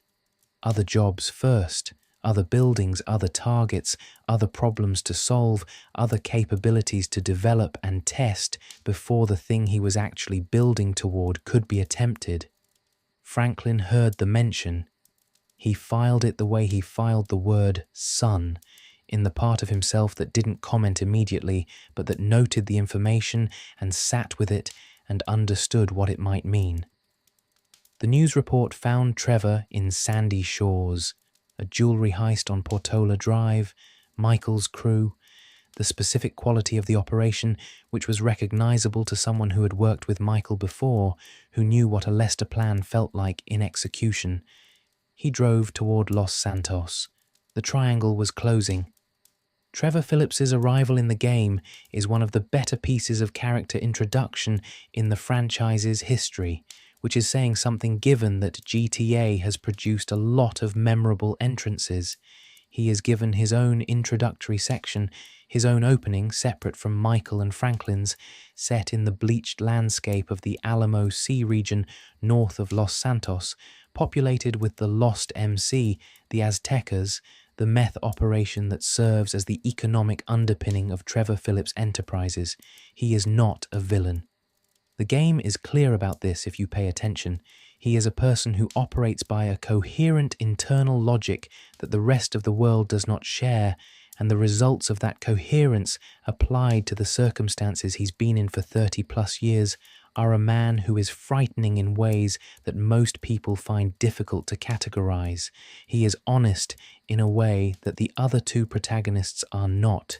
He is loyal in his fashion in a way that Michael is not, and Franklin is still learning to be. He is also genuinely dangerous in ways that create problems for any operation he's part of, because Trevor Phillips does not modulate his response to the situation at hand. He responds with everything, always, and the collateral cost of that is constant and unpredictable. Franklin's first impression of Trevor was skepticism. The game doesn't hide this. Michael vouched for Trevor, and Franklin trusted Michael's judgment in most operational matters, but Trevor was a significant ask. You see someone behave the way Trevor behaves in the first 20 minutes after they meet, and the professional calculation is, this person is going to get someone killed. The question is only who and when. What changed the calculation was watching Trevor work. The Bureau raid is the clearest example, but before that there was a period of adjustment, missions where the three of them were finding out whether they could function as a unit, and the answer, which the game delivers through accumulated experience rather than declaration, was yes. In a specific and unlikely way, they function because they don't overlap. Franklin's ground-level execution doesn't compete with Michael's command decisions, which don't compete with Trevor's overwhelming physical capability. The triangle held because each side was doing something different. The arguments were constant. Michael and Trevor had decades of history that predated Franklin entirely, and that history had a pressure in it, the weight of old betrayals and old loyalties, and the specific dynamic of two men who had built something together and then had it taken apart in ways that neither of them had fully processed. Franklin sat inside those arguments with the patience of a person who has decided that choosing a side would cost him more than it gained. He was the peacekeeper, not by nature exactly. Franklin was not a naturally conciliatory person. He was a practically conciliatory person, which is different. He kept the peace because the peace was worth keeping, because Michael falling out with Trevor, or Trevor deciding he was done with the crew, had operational consequences for Franklin's goals. The personal dynamics were the things he had to manage to keep the professional operation viable. The FIB, the game's analogue to the FBI, arrived in the crew's orbit during this period and reorganized the stakes. Corrupt agents Steve Haynes and Dave Norton had their own agenda, and they had the leverage to impose it. Michael's witness protection status was their instrument, and they used it to direct the crew toward jobs that served Haynes's purposes rather than the crew's. This was another education for Franklin. He was learning that powerful institutions and their corrupt representatives could reach into your life and make demands that you were not well positioned to refuse. The forum gangsters had their own power dynamics and their own hierarchies. These were different. The badge changes the math. The specific texture of being directed by Haynes was uncomfortable in a way that the forum gangsters' hierarchy had never been. The gang had its own authority structure, but Franklin had grown up inside it, understood its logic, knew how to move within it without losing himself. Haynes was an external authority with institutional backing that Franklin had no framework for resisting through normal channels. You can't negotiate with a federal badge the way you negotiate with a rival set. The asymmetry is total. Haynes could, at any moment, redirect the information he held about Michael's past in directions that destroyed everyone in Michael's orbit, and Franklin was in Michael's orbit. Dave Norton was a different shape of the same problem. Norton was the FIB agent who had been Michael's handler for the decade he'd been in witness protection. The relationship between them was older and more complicated than Norton's relationship with Haynes, and Norton's corruption was quieter, more uncomfortable. The corruption of someone who knows he's doing something wrong and does it anyway because the alternative feels worse. He was not Haynes. He was also not clean. The distinction mattered in the specific ways that distinctions between kinds of corruption matter when you are trying to navigate around them. Franklin's response to the FIB period was the same as his response to Simeon's operation. He worked with what was in front of him while maintaining the interior accounting of what was actually happening. Simeon was exploiting him with paperwork. Haynes was leveraging him with institutional power. In both cases, the arrangement required compliance without consent, and in both cases, Franklin filed the compliance separately from the consent and did not confuse the two. He did what the badge required while never accepting that the badge had the right to require it. This interior accounting, keeping track of what was voluntary and what was coerced, what was his and what was someone else's agenda, was one of the things Forum Drive built in him that he carried into every subsequent situation. You learn early, in environments where other people's power is used routinely against you without accountability, to make the distinction between what you're doing and why you're doing it. The what can be managed. The why stays yours. The Bureau raid was the assignment that clarified the FIB period's endpoint. They went into a federal building. They destroyed evidence. They created a situation that would eventually make it impossible for Haynes to use the crew's information against them without implicating himself. It was a move that required understanding Haynes's position well enough to identify the leverage point, the thing Haynes couldn't expose without exposing himself. Lester found it. Michael understood it. Franklin executed the operation that made it real. It was the most directly educational thing about that whole FIB period. Sometimes the way out of an institutional trap is not to go around the institution, but to make the institution as invested in your silence as it wants you to be in yours. The Paleto Bank job is worth sitting with because it was the first major operation that required all three protagonists together, and because the drive up to Paleto Bay in the Packer truck are all three of them and Lester, the landscape of San Andreas passing in the windows, produced the scene where Michael told Trevor to leave Franklin alone about his first score. The dynamic in that truck was specific.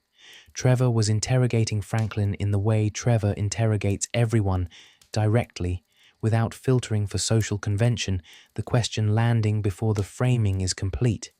What was your first real score? What did it feel like? Were you good at it from the beginning, or did you have to learn? These are not bad questions. In a different context, with a different person asking, they might have been welcome. In this context, they felt like probing, like Trevor trying to establish the exact weight of Franklin's experience before deciding how to position himself relative to it. Michael interrupted. "Leave him alone." The instruction was firm and was obeyed, which itself said something about the hierarchy inside the trio. Michael had built something with Trevor over decades that gave him the ability to say things and have them received. Franklin was watching that. The Paleto job went loud in a way that was almost predictable given who was involved.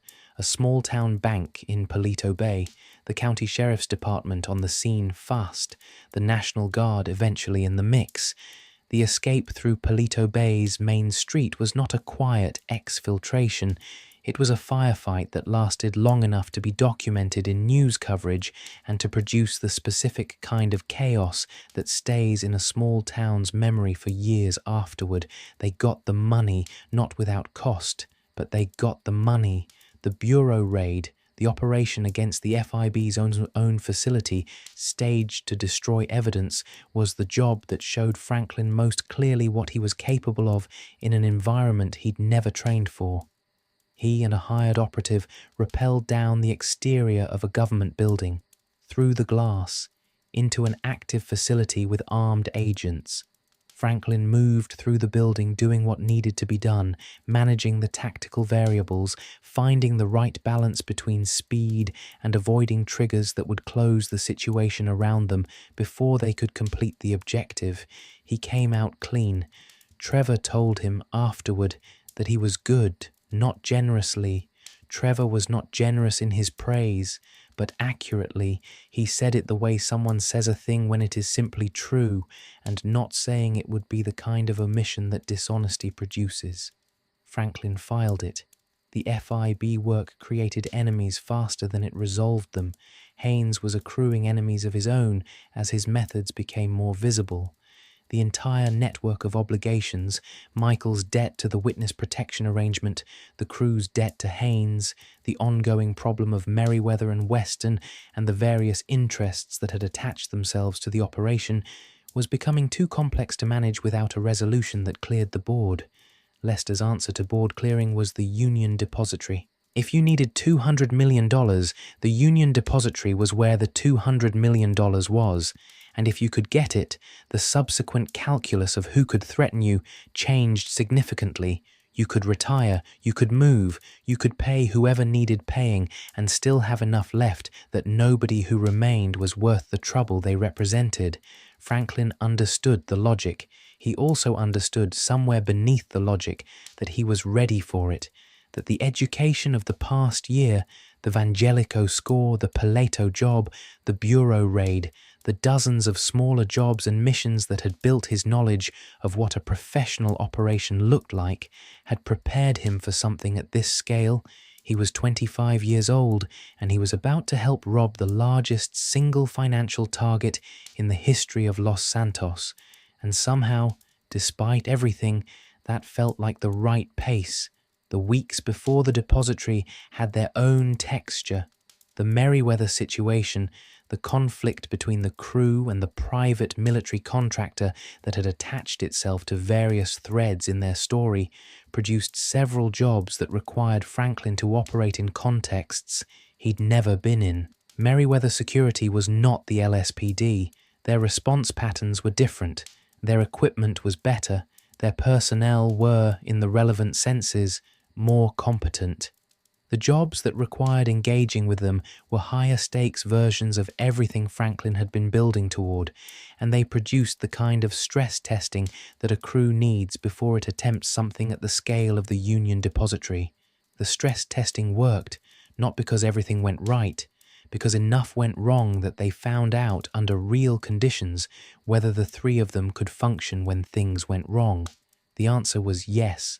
Ugly, expensive, chaotic, yes, but yes. They got through every engagement. They maintained the crew. They solved the problems that arrived between them and the objective. The divergence from Franklin's old life was accelerating through this period, and he could feel it in concrete ways. Lamar called. Franklin answered. The conversations were different now from what they had been in the Simeon years, the same friendship, the same rhythms, but with a gap underneath them that both of them were careful not to press directly. Lamar knew Franklin was doing something. He didn't know the specifics. The specifics were not the kind of thing you explained on the phone to someone who was still embedded in the street world because the phone was not safe and because the information would put Lamar in a position he couldn't manage. So the calls stayed in the general. How are you? What's happening? The family stuff, the neighborhood stuff, the baseline maintenance of connection that both of them understood was necessary even when they couldn't be entirely honest about their respective situations. Aunt Denise had stopped asking what Franklin was doing. This was its own kind of statement. She had moved from active concern to the dignified withdrawal of someone who has decided that if you can't tell her, she would rather not have to pretend she doesn't want to know. The relationship continued on those terms. He brought food sometimes. She acknowledged his presence with the care of someone managing a complicated emotion. They talked about nothing important. The important things lived in the silence, and Chop was still Lamar's dog, technically, though he'd started spending more time at the Vinewood Hills house on the nights when Lamar came by. The dog had no loyalties in the territorial sense. He went where the people were. He stayed where someone remembered to feed him consistently. These are, it turns out, perfectly reasonable loyalty criteria. Tanisha Jackson called and texted and emailed, and Franklin answered all of it. This is the ongoing quiet embarrassment at the center of his personal life throughout the story, and the game handles it with more honesty than it does some of its other character material. Franklin Clinton, the same Franklin who drove through police blockades at speed without flinching, who walked into the Bureau of Investigation's own building with a team and walked out with the evidence destroyed, who maintained operational calm in situations that would dissolve most people entirely, could not figure out what to say to his ex-girlfriend. The nature of what had happened between them is clear enough. They had been together. The gang life was the thing that ended it, not because Tanisha issued an ultimatum exactly, but because she had watched what the gang life did to her brother, who was dead, and she did not want to build her future next to a man who was building his in the same direction. Her brother's death is never given much detail in the game. It doesn't need to be. The shape of it, young man, involved in gangs, South Los Santos, death following from that involvement in the way it so consistently does, is familiar enough that the specifics would be almost redundant. What matters is what it did to Tanisha. It sharpened something in her about what she was willing to accept as a price for loyalty. The price was too high. She had paid too much already. She moved toward a different kind of life, not the same kind Franklin was moving toward, not criminal upscaling, not a bigger and more sophisticated version of what he'd been doing, the legitimate version, the kind that required her to make decisions about education and career, and the kind of man she was going to have beside her when she got where she was going. She was not going to arrive at that place and discover she had brought Forum Drive with her in the form of a relationship she'd held on to out of sentiment. The doctor, Jaden, the brain surgeon, was the concrete expression of the direction she had chosen. He was safe in the way that mattered to her specifically. The safety was not about temperament or personality. She was not looking for boring. She was looking for someone whose work was stable and whose trajectory didn't include the real possibility that he would be arrested or shot. Those things had happened to people she loved. She was not going to let them happen again, not by choice, not by staying. The hypocrisy of her position is something the game is honest about.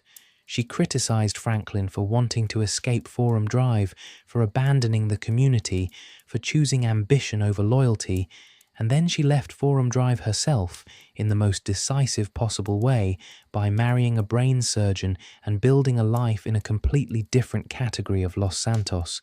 She made the same choice she criticized him for. She just made it through a channel that looked from the outside more legitimate. Franklin noticed this.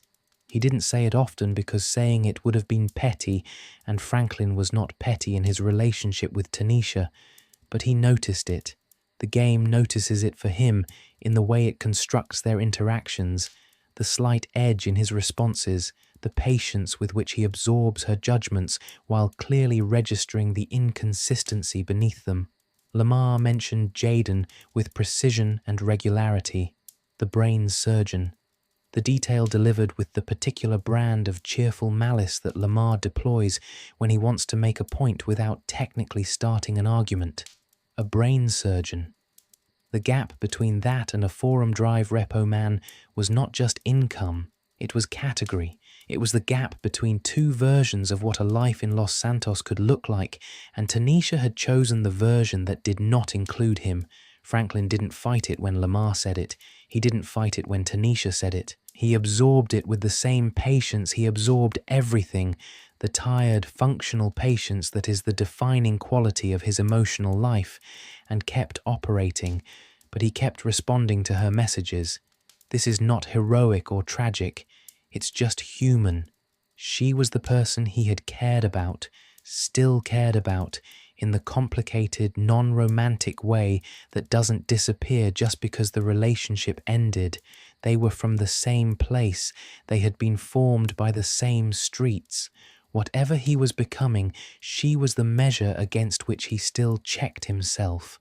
When Tanisha pushed back against his choices, he felt the pushback differently than when anyone else pushed back, because Tanisha's opinion was formed by the same information his opinion was formed by, and that made it harder to dismiss.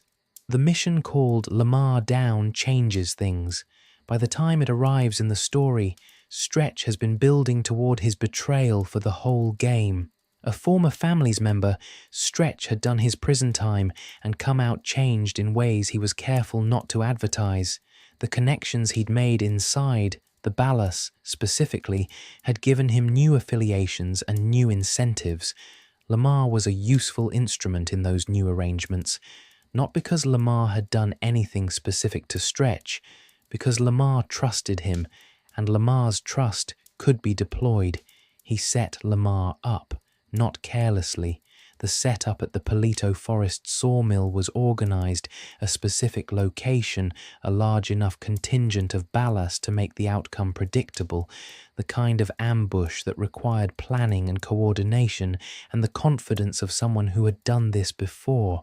Stretch had delivered Lamar to this situation with the precision of someone settling an account. Tanisha was the one who called Franklin. She came to his Vinewood Hills house, the house Lester had given him, the house on the hill above everything, and stood in the doorway and told him about Lamar. She knew what she was asking.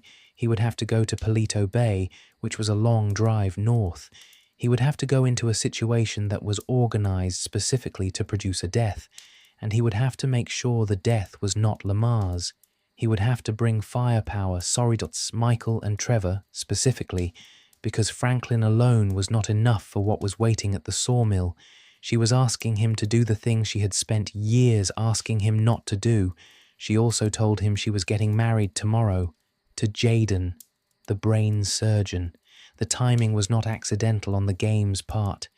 Both pieces of information arrive in the same moment, which is how real information tends to arrive, clustered, inconvenient, refusing to come one at a time when you have sufficient emotional bandwidth to process each in sequence. Franklin had to process both.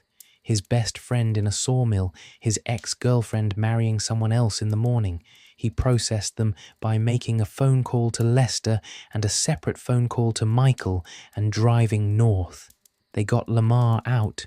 The details of the sawmill, the layout, the ballast, the firefight mattered less than the fact that at the end of it, Lamar was alive and in the car and angry about it.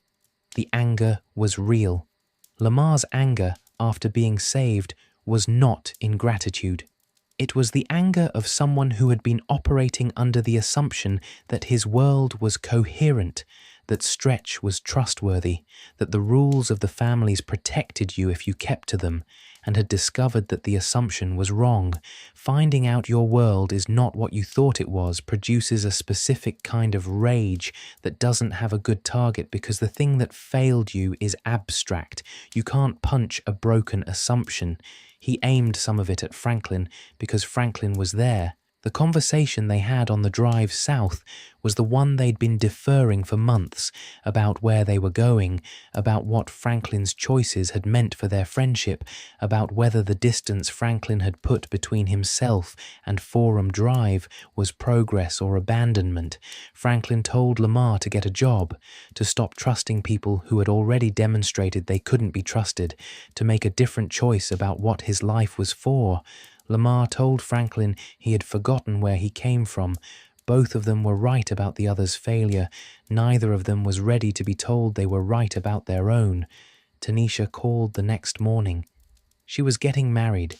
She wished him well. He meant the same, and he didn't mean it entirely, and neither of those things was a contradiction.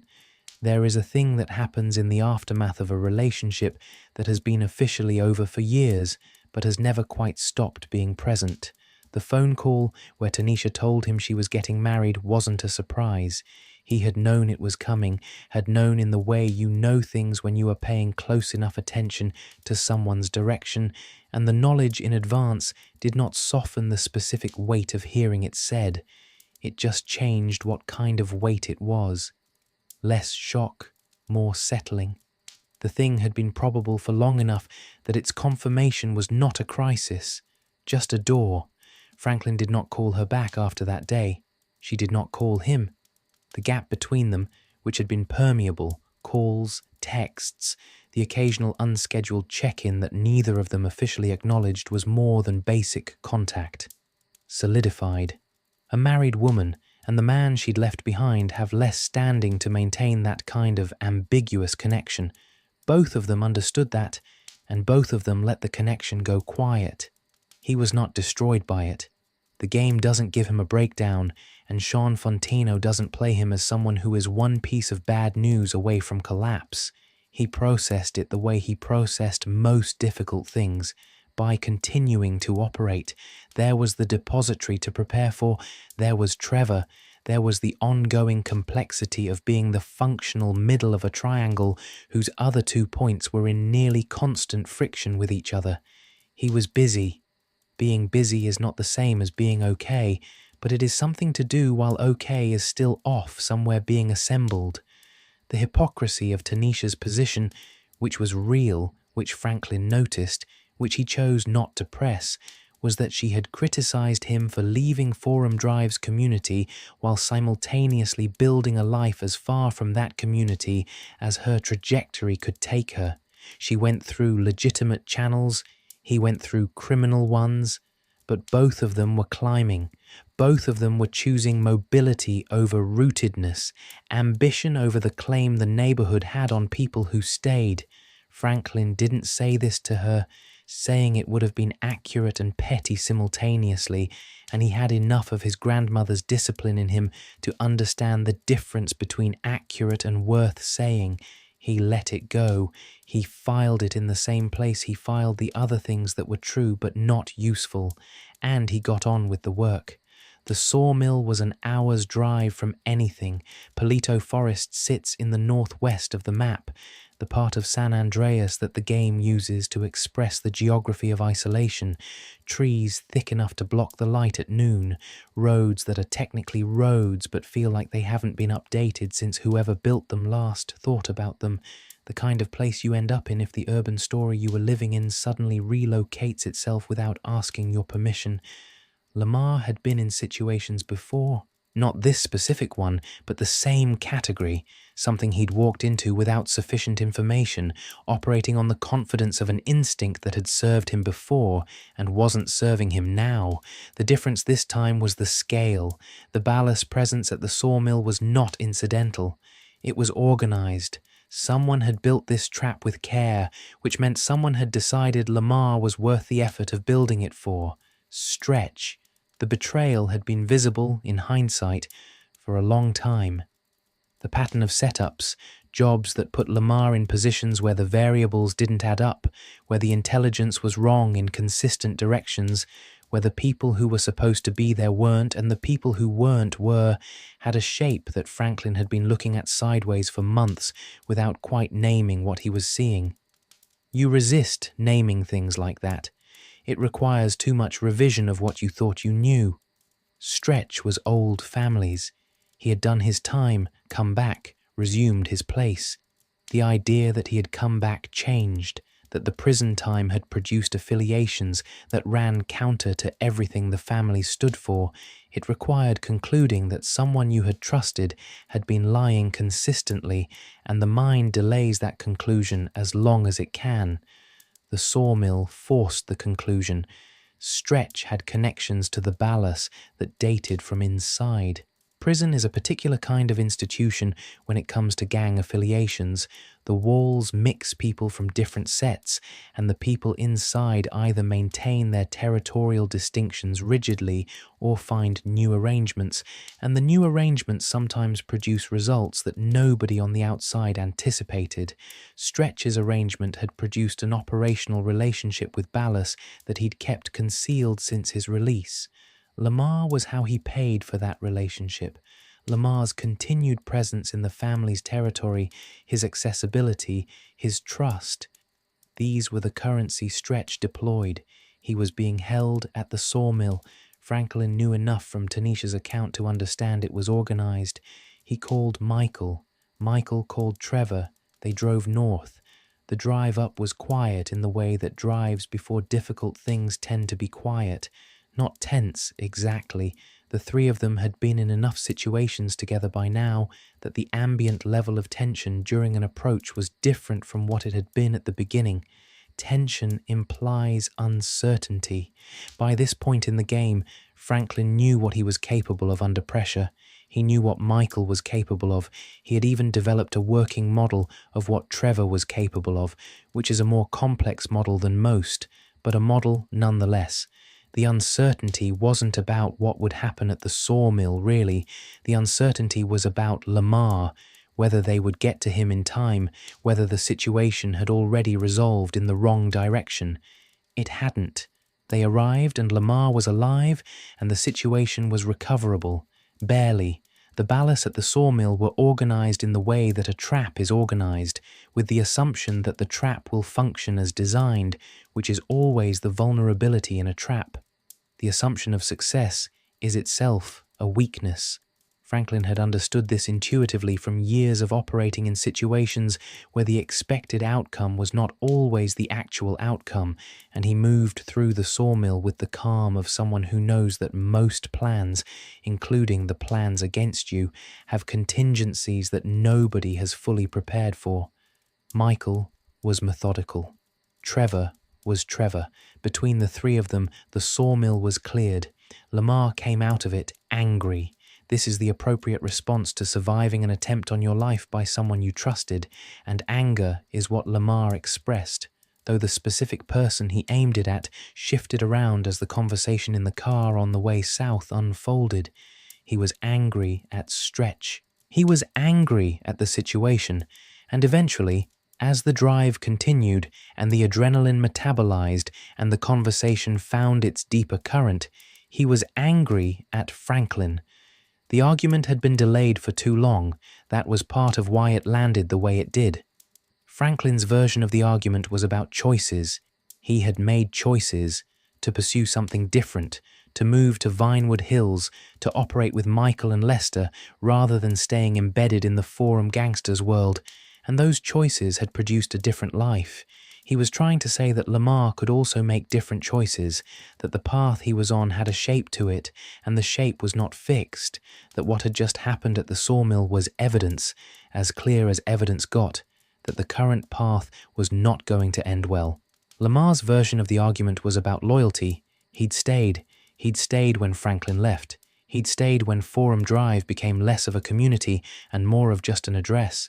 He'd stayed because he believed in the thing they'd built there, in the people they were part of, in the idea that you didn't abandon your world because a better-looking option appeared on the other side of the elevation.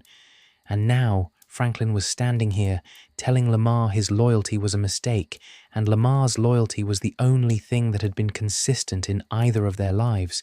Both versions were accurate. Both versions were also incomplete in ways that neither man was ready to articulate. What Franklin couldn't say, not yet, maybe not in this conversation, maybe not for years, was that he was scared. Not of the sawmill, not of Ballas. He was scared of ending up like the men ahead of him in the Forum Drive hierarchy, the ones who had stayed, who had kept the faith, and who had either died early or gotten old without accumulating anything that could carry them forward. He had watched that trajectory his entire life, and he did not want it. And every time Lamar framed staying as the noble option, the fear got louder. What Lamar couldn't say was that he was proud of Franklin in ways he couldn't show without acknowledging that the pride made him feel left behind, which was a feeling he didn't have any graceful way to hold. So it came out as criticism. It was easier to frame Franklin's departure as betrayal than to frame it as success, because success would mean Lamar was standing still. They drove the rest of the way south in the particular silence of people who have said the things they needed to say and are not yet ready for whatever comes after those things. Stretch was handled eventually. The game delivers that resolution with the same directness it applies to most of its loose ends. Someone who has been a source of damage is removed as a source of damage, and the removal is not clean, but it is complete. Whether removing Stretch changed anything about the underlying conditions that produced him was a different question, and not one the game was obligated to answer.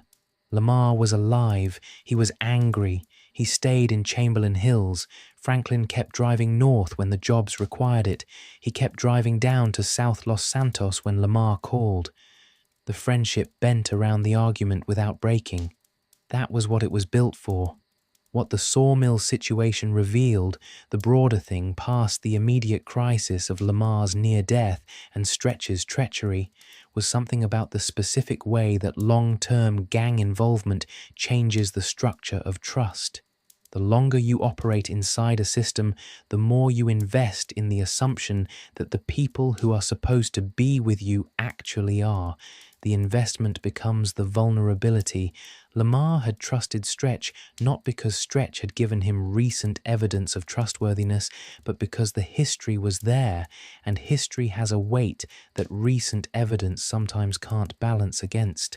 Franklin had felt this pull. He felt it around Lamar all the time, the pull of shared history as an argument for things that the present evidence didn't support. He and Lamar had done things together that produced a bond that was real and permanent. That bond was not in question. What was in question was whether the bond was a sufficient reason to defer his own judgment about the direction their lives were going. The argument in the car had been about that, not about whether the friendship was real, about whether the friendship's existence was an argument for staying in a world that was working against both of them. Lamar thought it was. Franklin thought the friendship was precisely strong enough to survive him leaving the world without leaving the friendship. Who was right? The game doesn't tell you. It shows you both of them in 2021. Franklin in Rockford Hills with a company and a family, Lamar imposing himself on the operation because Lamar imposes himself on everything, and it lets that picture be the answer. The friendship survived. The distance was real. Both things were true. Stretch was handled. The consequence arrived. The accounting was settled in the way accountings get settled in Los Santos, which is to say directly and without the mediation of anything that a legal system would recognize. Whether justice is the right word for what happened is a philosophical question the game doesn't try to answer. What Stretch had done had a cost. The cost was paid, and then the depository. There are 672 gold bricks in the vault of the Union Depository. Each one is worth $300,000. The math is clean. 672 multiplied by 300,000 produces $201,600,000. Sitting in a vault beneath the financial district of Los Santos, in a building on Power Street in Pillbox Hill, in an institution so well protected by its apparent legitimacy that the people who managed it had grown complacent in the way that only absolute certainty ever makes you complacent. Nobody had ever robbed the Union Depository. This was taken as evidence that it couldn't be done. Lester Crest thought the absence of a previous successful attempt was a planning problem rather than an impossibility. He presented the job at the Vanilla Unicorn, the strip club that had become, by this point, the crew's informal operations base in the city, which says something about how the crew understood themselves and their relationship to Los Santos's formal structures. The four of them in a back room: Michael, Trevor, Franklin, Lester, planning board. The shape of the problem laid out in Lester's careful, methodical way. There were two approaches. The subtle approach worked with the existing security infrastructure, the armoured vehicles that transported gold in and out of the depository ran on a schedule. Michael and Trevor, disguised as Gruppe Sex security personnel, would intercept them. The vehicles would be diverted. The gold would leave the same way it normally left, just to a different destination.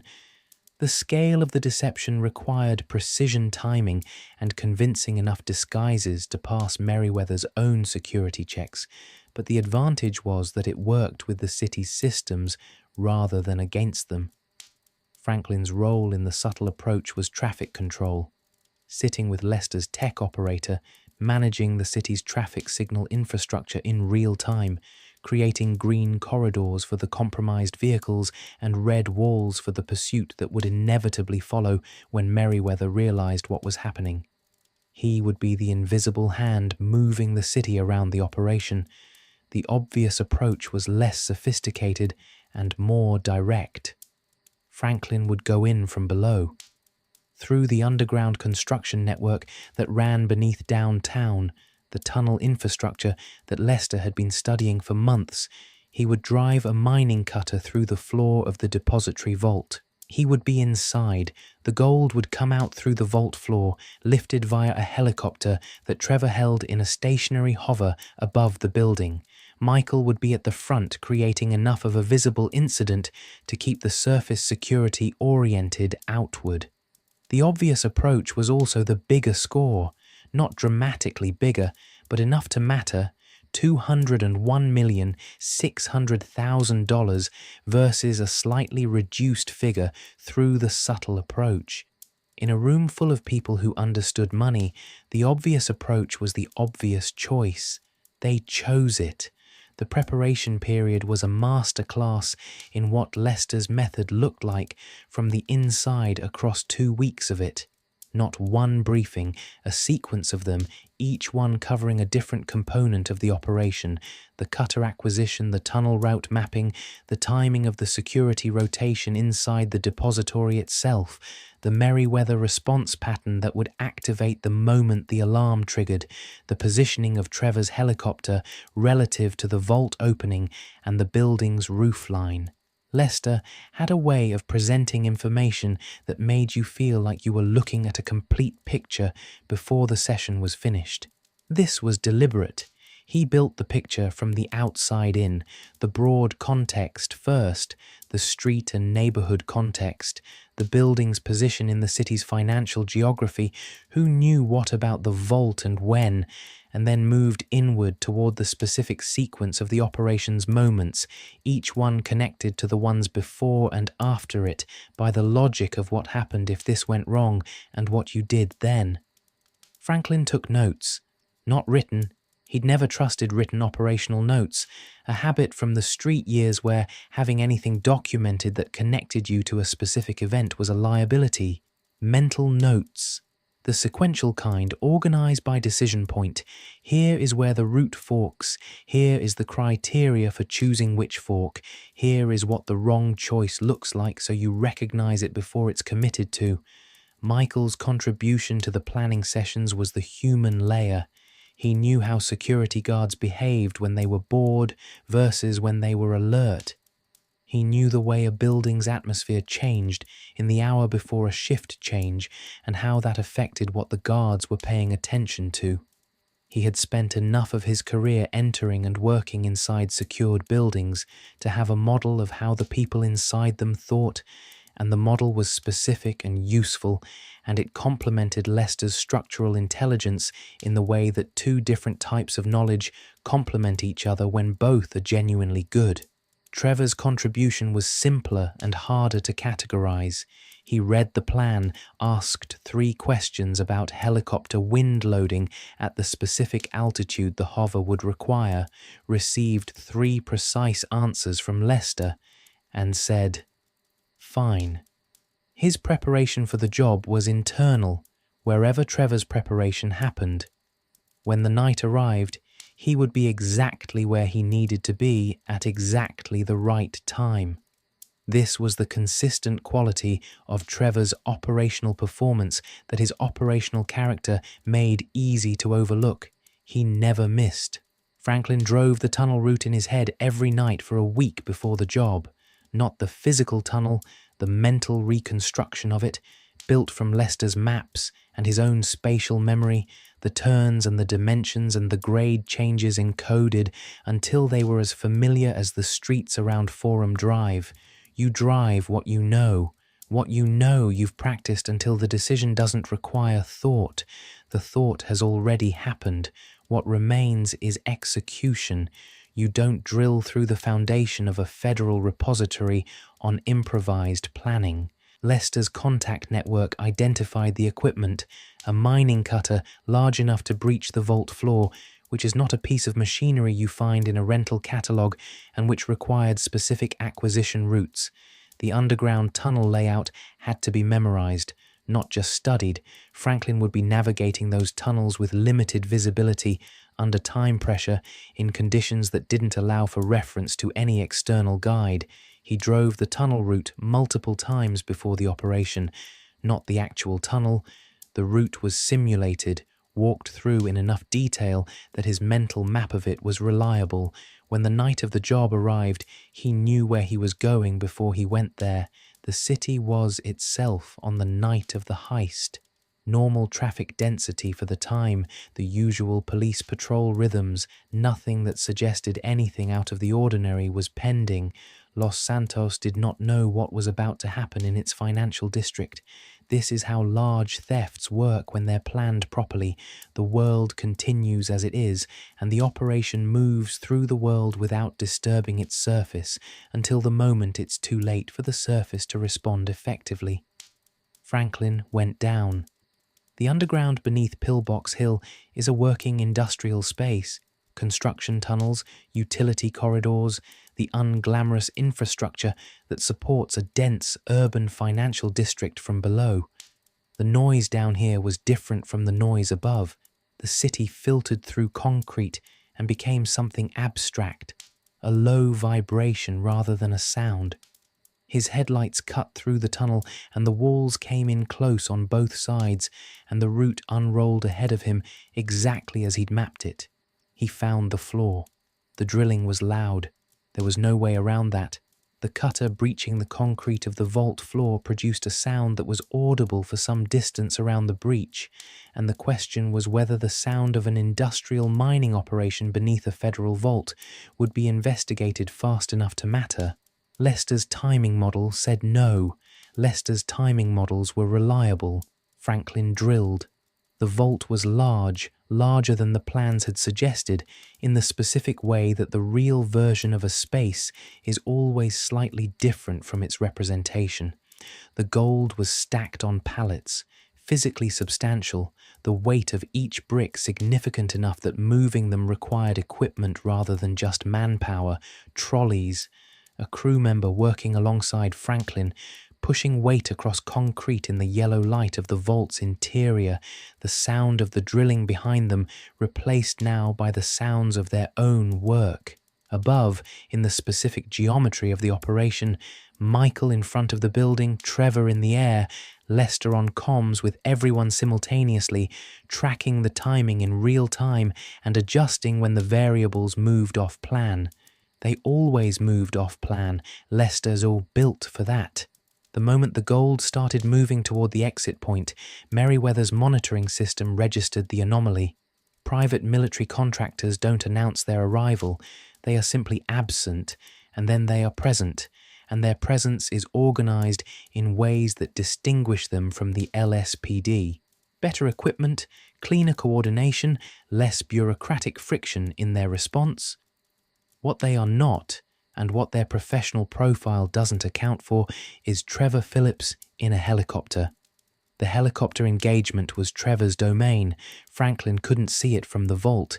He could hear the change in the audio environment above him, the change in the helicopter sound as it went from stationary hover to dynamic movement, the ground rumble of vehicles converging on the building's exterior. He kept moving the gold. The extraction held. Later, weeks later, months later, in the period when he'd had enough distance from the night to process it as a memory rather than a lived experience, Franklin would come back to the specific quality of what the vault felt like from the inside. The vault of the Union Depository was not what the word vault suggests. You think vault, you think small, sealed, the classic safe room of heist films. This was a room, a large room with concrete walls and fluorescent light, and the particular temperature of spaces that are controlled because the contents require controlled temperature, and the contents, 672 gold bricks on their pallets, had a quality that was different from anything he'd handled before. Not different in terms of difficulty, different in terms of what they represented. Gold is not money. Gold is not even a store of value in the abstract financial sense of that phrase. Gold is physical. It has weight and density and color, and it does not compress.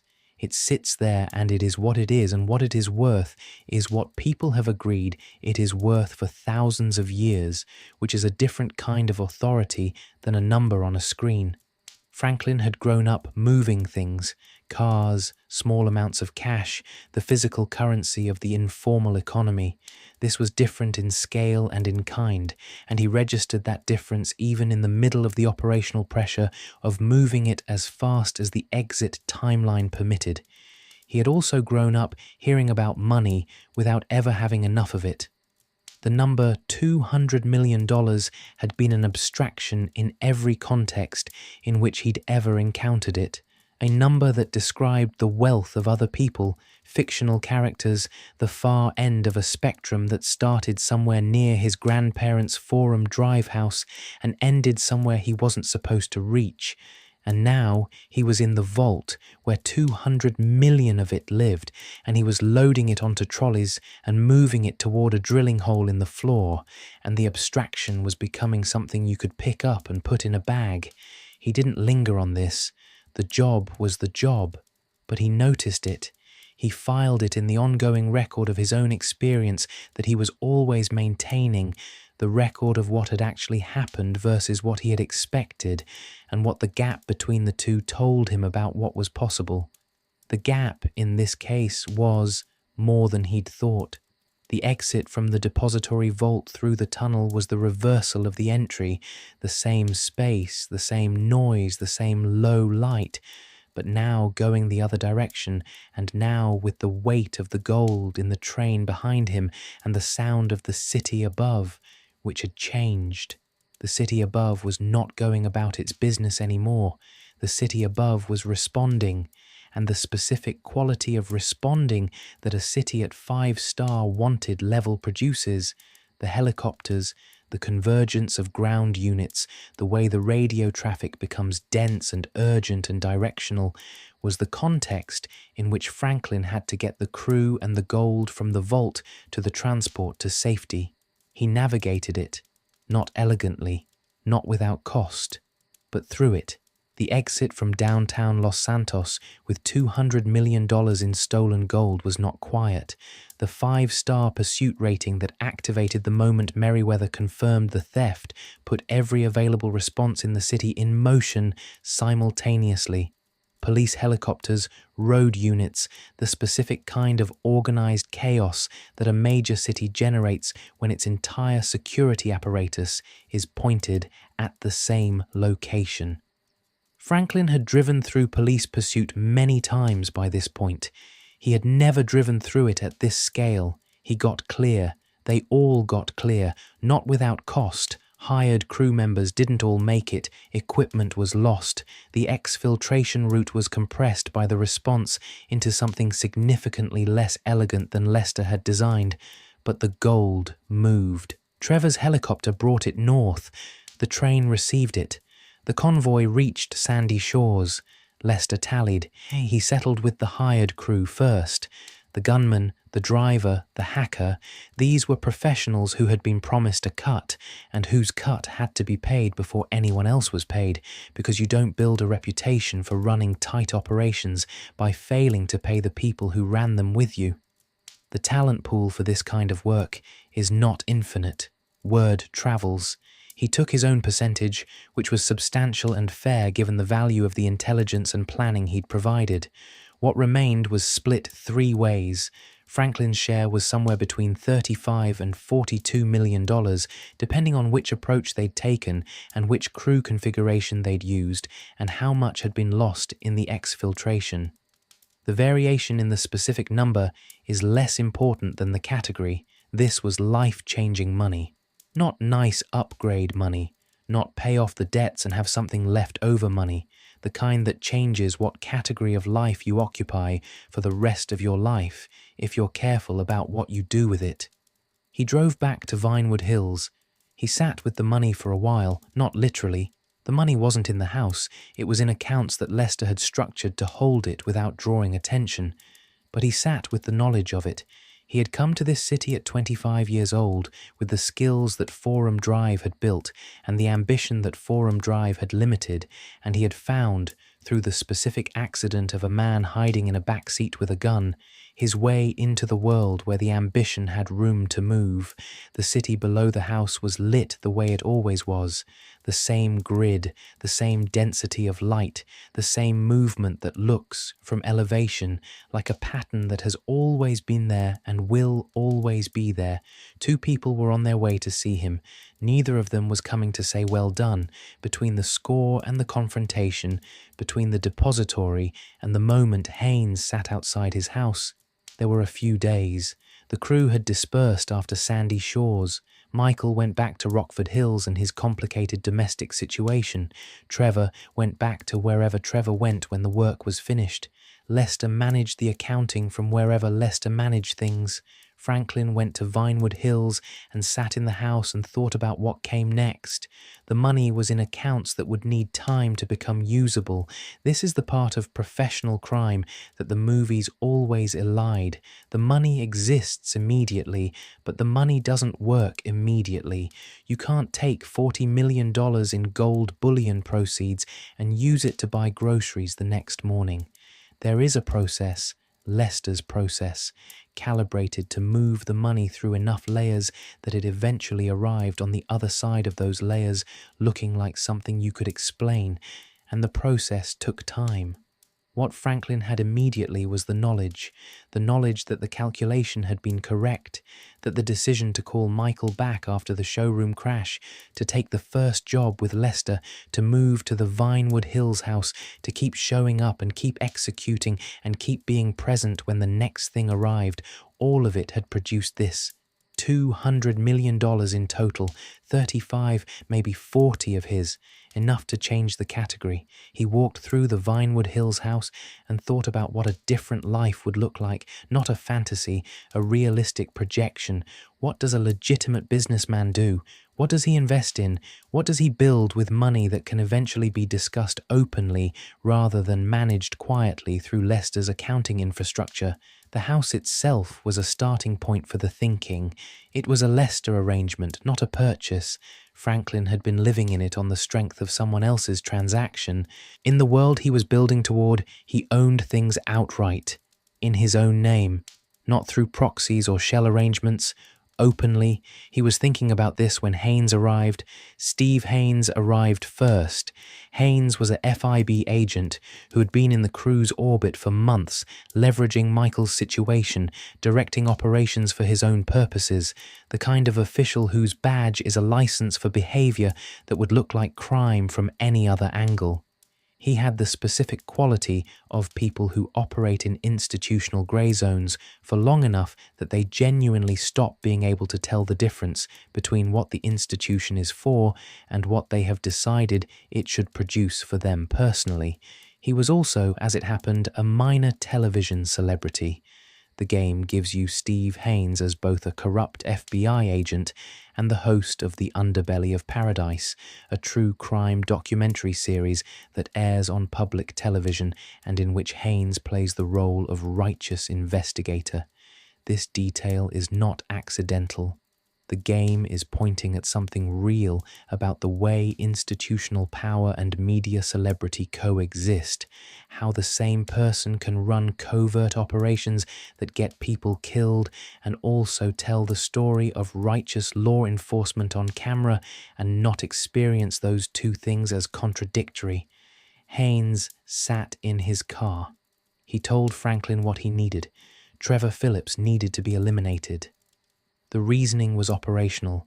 Trevor was a liability, too unpredictable, too visible, too connected to the crew's activities to simply be permitted to continue. He was the loose end. Pull him and the situation simplified dramatically. Leave him and eventually he did something that pulled everything down. Franklin listened, said nothing that committed him to anything. Haynes left. Devin Weston came later. Weston was the billionaire who had contracted the crew earlier in the year for a series of car acquisition jobs, cars that were delivered, payment that was withheld, a relationship that had moved from business arrangement to active threat when Weston's lawyer was killed in circumstances connected to the crew. Weston held Michael responsible. He had the kind of wealth that converts grievance into actionable plans without any of the friction that slows less wealthy people down. Lawyers, fixer networks, the specific confidence that comes from never having experienced a consequence significant enough to change his behavior. He wanted Michael dead. He outlined his reasoning. Michael was the source of the problem. Michael's continued existence was the risk. Michael gone meant the risk resolved. He offered Franklin what he thought was an incentive. He could neutralize Haynes's career with a phone call if Haynes became a problem afterward. He made the offer the way people make offers when they are accustomed to acceptance. He left. Franklin had his phone. He had 3 options on the screen. Option A was Trevor. Option B was Michael.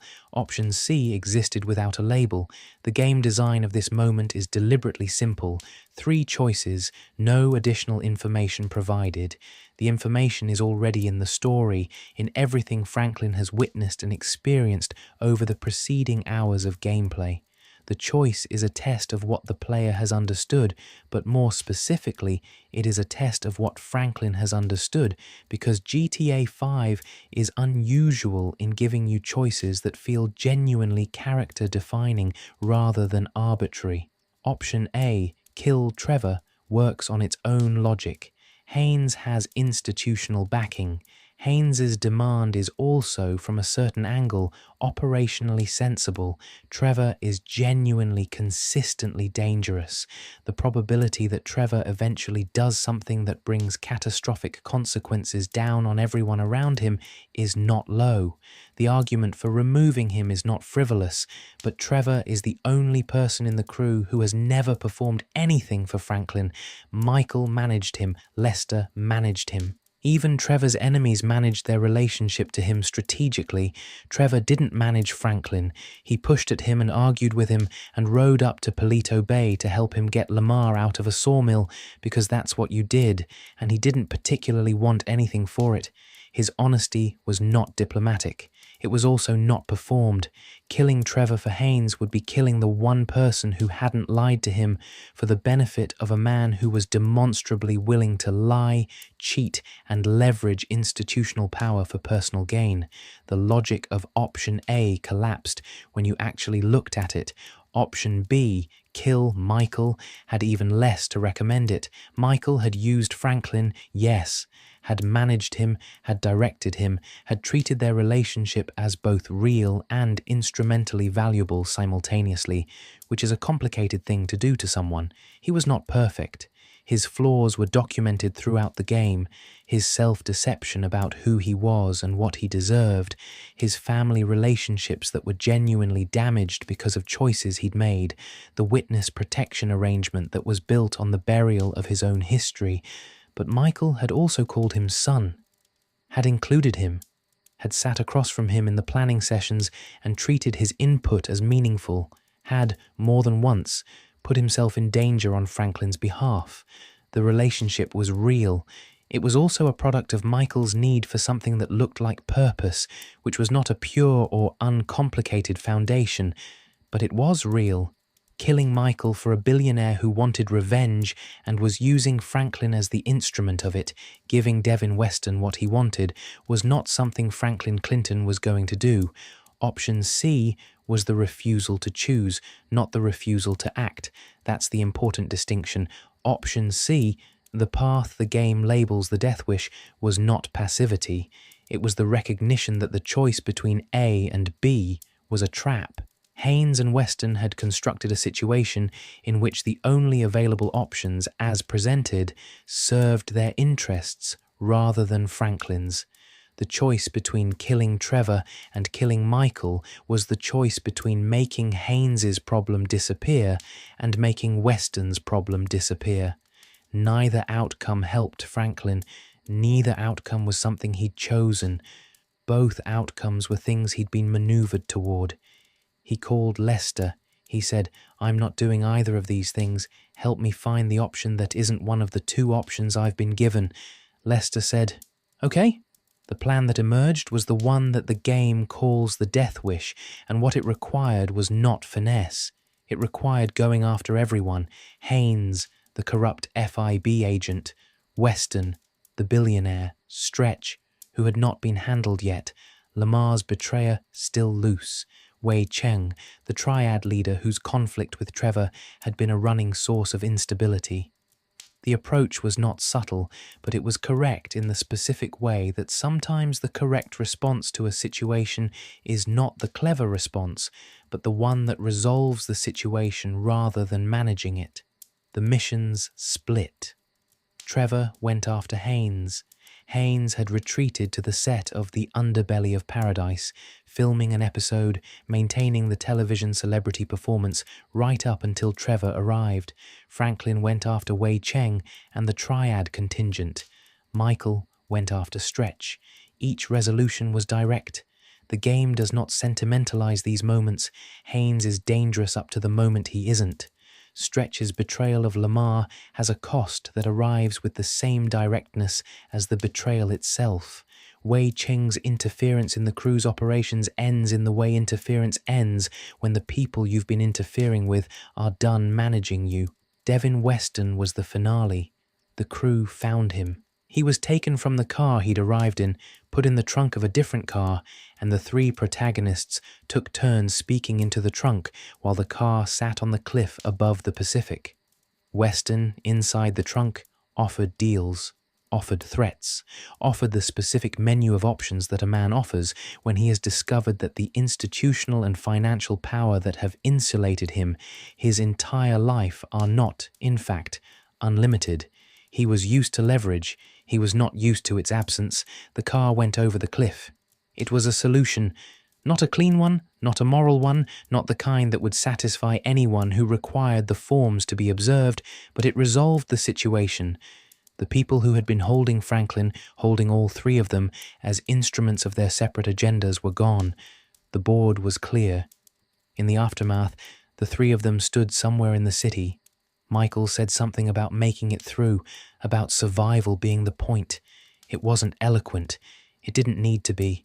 Trevor told Franklin he was proud of him. He said it simply. He meant it completely. Franklin drove back to Vinewood Hills. He had made the choice that option C required, not a choice between two bad things, but a refusal of the frame entirely. He had called Lester. He had built the alternative. He had executed it. The city was below the hills. The lights were on. The chop was on the porch. He went inside. The aftermath of the Deathwish had a specific quality, not the relief of a thing resolved, not the satisfaction of a victory, something quieter and more useful than either of those, the sense of having understood something correctly. The situation had been designed to produce a specific outcome, and Franklin had identified the design before the outcome arrived, and the refusal to be inside the design was the thing that changed what happened. This was Lester's contribution more than any individual job. Not the intelligence or the planning, though those mattered enormously. The habit of thought, the practice of looking at a situation from slightly above it before choosing to be inside it. Lester did this professionally, compulsively, with all the neurotic energy of someone for whom understanding the architecture of a problem was the primary pleasure of existence. Franklin had absorbed it by proximity, the way you absorb things when you are watching how someone really good at something works. He had also made a choice about loyalty, not a loud choice, not one that he announced or explained at length to either of the men who had asked him to kill the other. The choice was simply no, no to both. Not because he was idealistic about either of them, not because Michael and Trevor were beyond criticism. They weren't.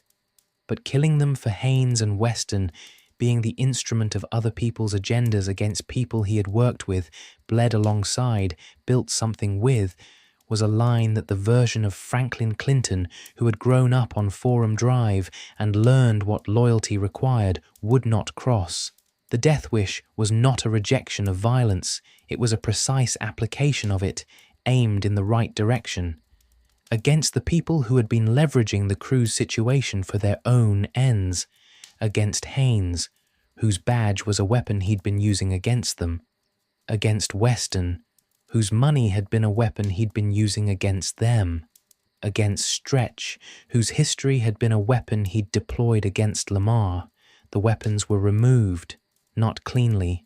Nothing in Los Santos ever resolves cleanly, but thoroughly. The people who had been threats were no longer threats. The crew had survived whole. The money was in accounts. The situation was, for the first time in a very long time, simply the situation, without additional people trying to use it for additional purposes. Trevor's words stayed with Franklin, that specific, undecorative declaration that he was proud of him. Trevor Phillips, who was honest in all the wrong ways and loyal in all the right ones, had looked at what Franklin chose and named it accurately. Pride was the right word, not approval, which is softer and condescending. Pride, which is what you feel for someone who has met the standard you didn't know you were holding them to. Franklin filed it alongside the word son. The two words were companions in the storage, both given without premeditation, both landing with more weight than the givers probably intended.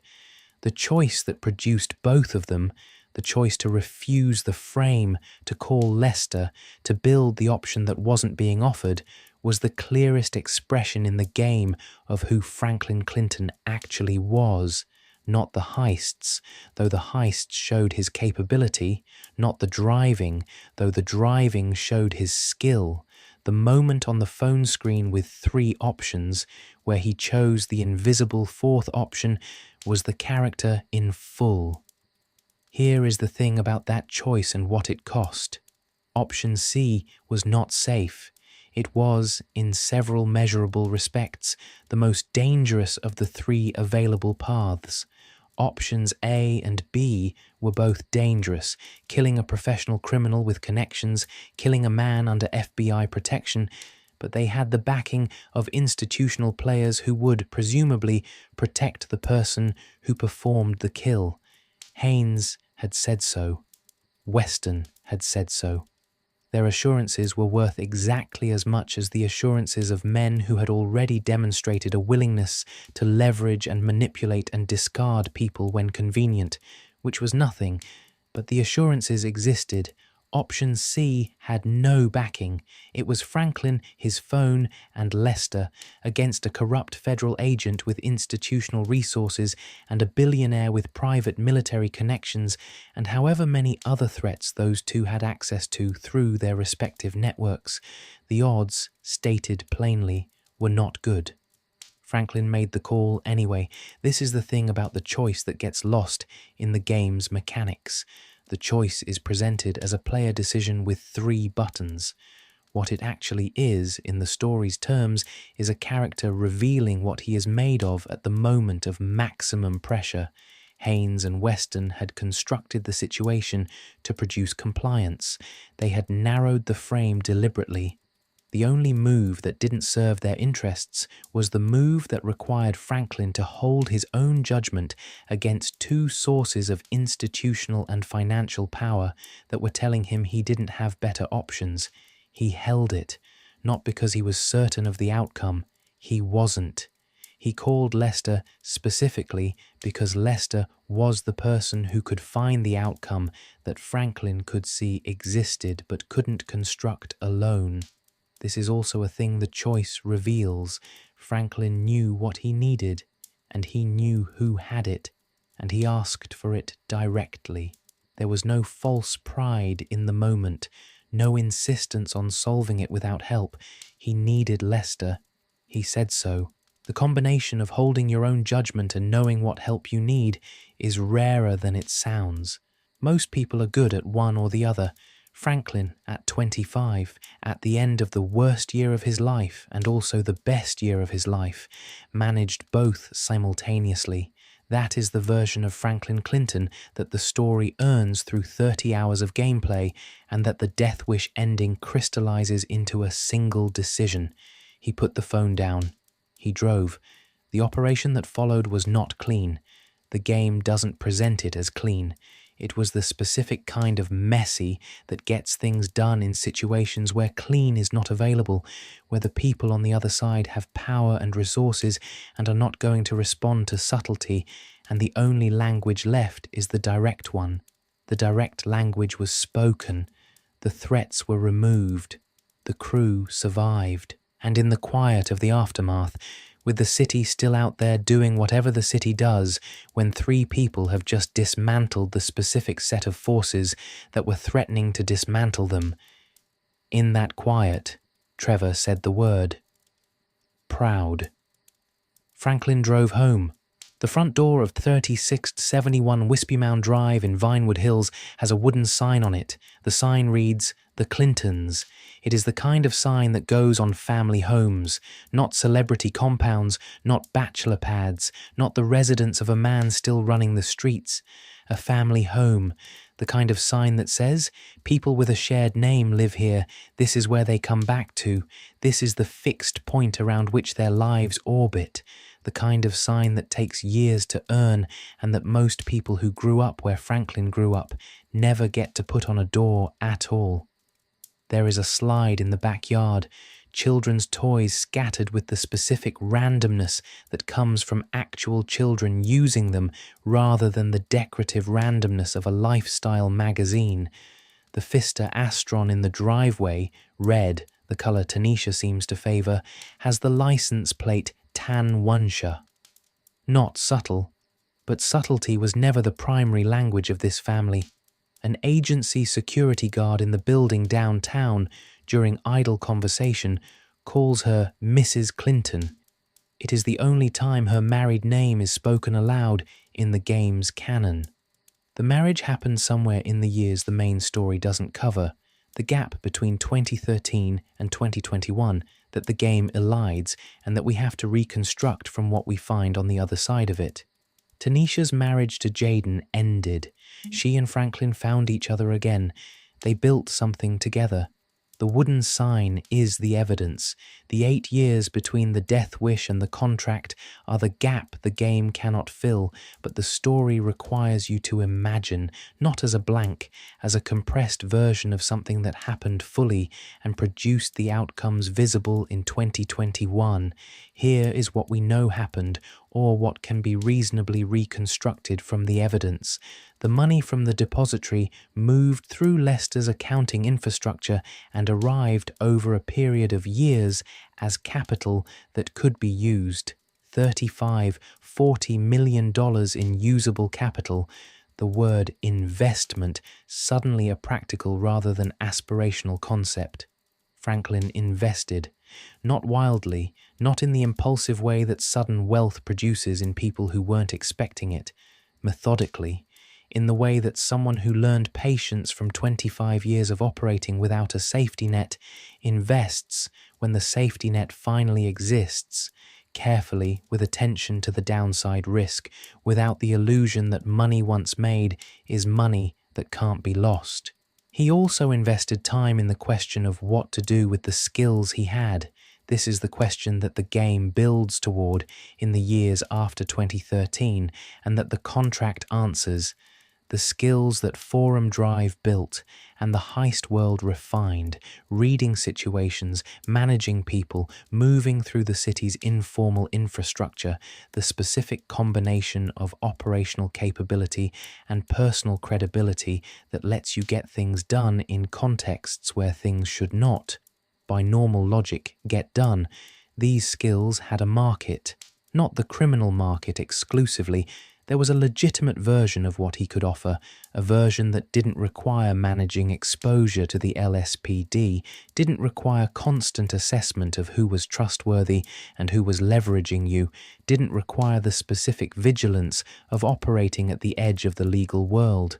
The form that version took was the agency, a celebrity solutions firm. The clients were people with money and problems, not criminals, not primarily. People who existed in the specific proximity to crime and scandal that wealth in Los Santos tends to produce. The actor with a situation, the executive with a complication, the Vinewood family with something that needed to stop being public knowledge. Franklin's background made him useful to these people in ways that a legitimate security firm was not. He understood how the informal city worked.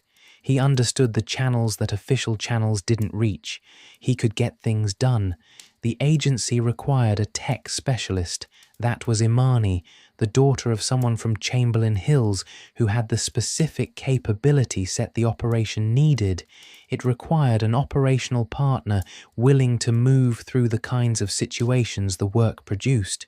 It required, eventually, a space, the building in Rockford Hills that Franklin was now calling the agency.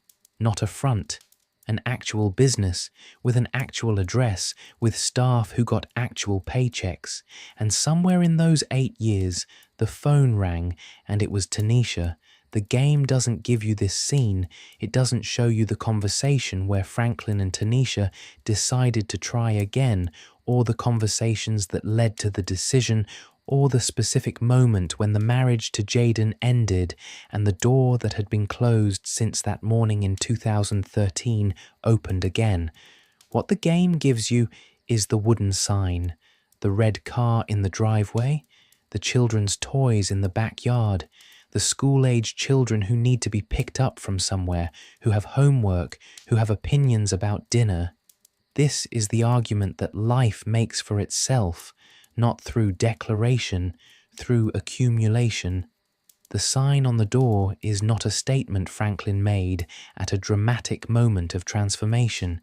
It is the end product of 8 years of choices that were not individually cinematic.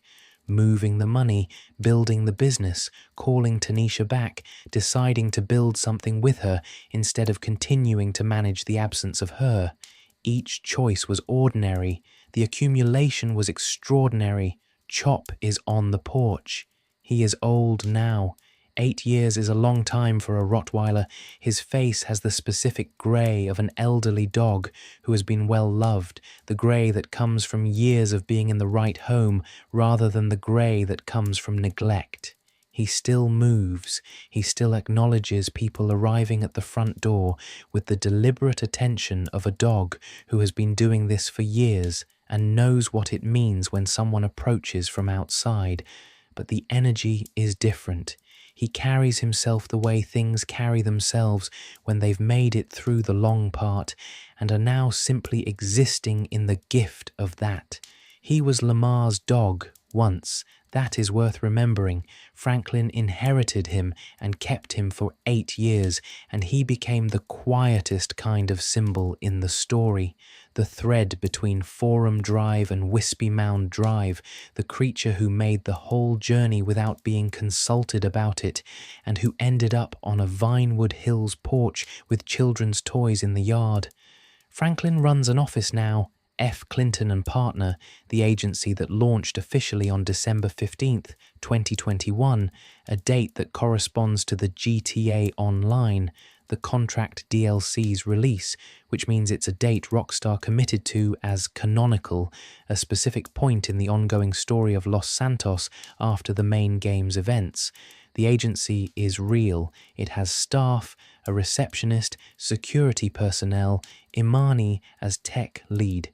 Imani is the daughter of an old friend from Chamberlain Hills, the neighborhood Franklin grew up adjacent to, the neighborhood where Lamar still is.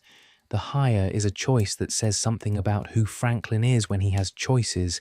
He staffed his legitimate business from his community, brought people from his world into the world he was building. He did not build himself a new world and then populate it only with people from that new world. The partner in the agency is the GTA Online protagonist, a figure whose history includes enough criminal activity to fill several databases, which Franklin found reassuring when the background check came back. The logic of the agency is similar to the logic of the Heist crew. You find people who are good at difficult things, you build a structure around them, and you take on problems that other people can't solve. The problems that F. Clinton and Partner solves are the problems of Vinewood's elite. Celebrities with situations that don't go through the police, executives with complications that no legitimate firm will touch, people who need things handled with discretion, speed, and the specific competence that comes from actually knowing how the city's informal infrastructure works, the parts that don't appear in any official directory. These are not exactly heists. They are not exactly legal. They are the legitimate translation of skills that were built illegally, applied to clients who can afford to pay well for them. The arc from repo man to CEO is not, when you look at it carefully, as long as it appears from the outside. The skills are the same. The context changed. The first major client was Dr. Dre's DJ Pooh, the filmmaker who had been the connection between Sean Fontano and the GTA franchise, who appears in the contract in a way that blurs the line between the fiction and the people who made it, had a close friend whose phone had been stolen, not just a phone, a device containing unreleased music, sessions that Dre had been building in private, material that could become leverage the moment it was in the wrong hands. The situation required discretion, technical capability, and the ability to move through environments that people in Dre's tax bracket generally cannot move through themselves. F. Clinton and Partner handled it. The operation had multiple layers. The phone itself, the device containing the unreleased music, had been taken by someone, which meant it needed to be found, and finding stolen property in Los Santos when the person who took it was using it as leverage required accessing parts of the city's informal infrastructure that legitimate investigators couldn't reach. Imani tracked the digital signature. The GTA Online protagonist handled the physical recovery. Lamar, who had appointed himself a consultant on the operation without being specifically asked, contributed energy and commentary in roughly equal measure throughout. Franklin's role in the Dre case was what the agency was designed to produce, the connection point between the client's world and the operational world. Dre was a figure of enormous public profile and enormous private vulnerability at the moment the phone was taken. The unreleased music was the kind of material whose existence, if known, would immediately attract the wrong kind of attention. Franklin understood this the way you understand things when you have spent years operating in environments where information was a commodity that people would do specific and dangerous things to acquire. He managed the case with the specific calibration of someone who knew both the value of the asset and the nature of the people who might try to monetize it. The phone was recovered, the music was returned, Dre was satisfied, and that's the thing about F. Clinton and Partners' first major case that is easy to miss. It was not glamorous, it was not a heist or a high-profile public event, it was a service. Someone had a problem. The agency solved the problem. The outcome was that the client's private property was returned and the people who had taken it were no longer a threat. This is what professional crime, redirected toward legitimate ends, looks like. The same capabilities, moving through the city's informal channels, understanding how people in specific situations behave, the operational calm under pressure, the network of relationships that enables access to information and resources that formal channels don't provide, produce the same outcomes. The moral sign on the activity changes. The actual activity is recognizably similar to what Franklin had been doing for most of his adult life. Dan Houser said it in his development notes. Franklin was a gangbanger in a post-gang-banging world. The world had moved on from the specific form of the activity. The capabilities it built were still valid. The agency was where they went. The scene of Lamar in the agency building, showing up, embedding himself in the operation, dispensing unsolicited advice with the confidence of someone who considers his presence on any project to be an obvious improvement, was the game acknowledging, without belaboring the point, that the story did not end in 2013. The friendship did not end. The distance was real and the distance was managed. Lamar was still Lamar. Franklin was still Franklin. The 8 years between the depository and the contract had not fundamentally changed either of them. It had changed the container they were operating in, Franklin's crew, Imani on tech, Lamar imposing himself on the operation, because Lamar imposes himself on everything. The GTA Online protagonist, as the operational partner, spent the arc of the DLC recovering the phone. They got it back. Dre got his music. The scene of Lamar showing up and embedding himself in the operation is the game acknowledging quietly that the distance between Franklin and Lamar has not closed, but has been managed into something functional. Lamar is still Lamar. He is still the loudest person in any room he enters. He still makes decisions on instinct rather than analysis. He still manages to be both enormously useful and an ongoing logistical challenge in the same afternoon. But he is there. He is part of the story in 2021. The friendship that the sawmill argument bent but didn't break is still present, still operating, still the longest continuous relationship in Franklin's life. Lamar in 2021 is the same Lamar he was in 2013 in the ways that matter and different in the ways that don't. He is louder in some rooms and slightly quieter in others. He has aged, the way everyone ages, the specific gravity of it arriving in the face and the movement, the years registering in how someone carries their history. He is still Lamar. He has not had a Vinewood Hills transformation. He is not CEO of anything. He is not a millionaire. He is also still alive, which is not nothing, given where he came from and what the statistics say about the life expectancy of men who run the streets in South Los Santos from 16 to 30 plus. He is alive and present and capable of showing up to an operation involving a stolen phone and a famous musician and inserting himself into the logistics with the confidence of someone who has never once in his life waited for an invitation to be somewhere he thought he should be. This is Lamar Davis, at 33, unchanged in the best ways and the worst ways, present, his, still himself. And Franklin, looking at Lamar in the agency building in 2021, did not see a cautionary tale or a road not taken or any of the things that a story about upward mobility would usually use the person who stayed behind for. He saw his oldest friend, the person who knew him longest and most honestly, the person who had called him a Yee-Yee ass haircut guy with perfect timing in 2013 and who, 8 years later, was still making the same jokes from the same angle because the angle was correct, and jokes that are correct don't need to be retired.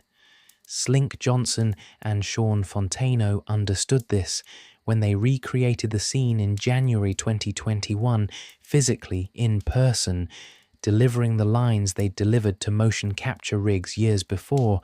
The dynamic was not a performance of something that used to exist. It was the continuation of something that had always existed and that the motion capture had captured rather than created. The friendship between the actors was the friendship between the characters at a slight remove. The game was built on that. It holds because of that. The wooden sign says The Clintons. The dog is on the porch. The city is below. That is the answer to the question. Now here is the other half of the 2021 story, the one that exists outside the game entirely. In late 2020, something happened that neither Rockstar nor Sean Fontino had planned for. The scene in the first mission of GTA 5, Lamar and Franklin outside the Forum Drive house after the repo job, Lamar launching into his extended monologue about Franklin's haircut, went viral. The Yee-Yee ass haircut scene had been in the game since September 2013. It had been there for 7 years, unchanged, a piece of comedy that people who played the game had encountered and laughed at and moved past.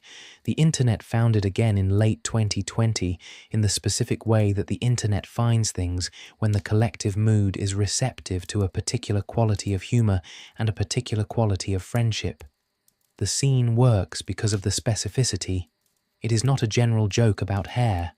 Lamar's observation that Franklin's particular, specific, regrettable haircut choices are directly responsible for the absence of Tanisha from his life, and that a brain surgeon was the natural result of the hair situation, is delivered with the precision of someone who has been holding this opinion for years and is releasing it with the careful aim of someone who knows exactly which direction to point.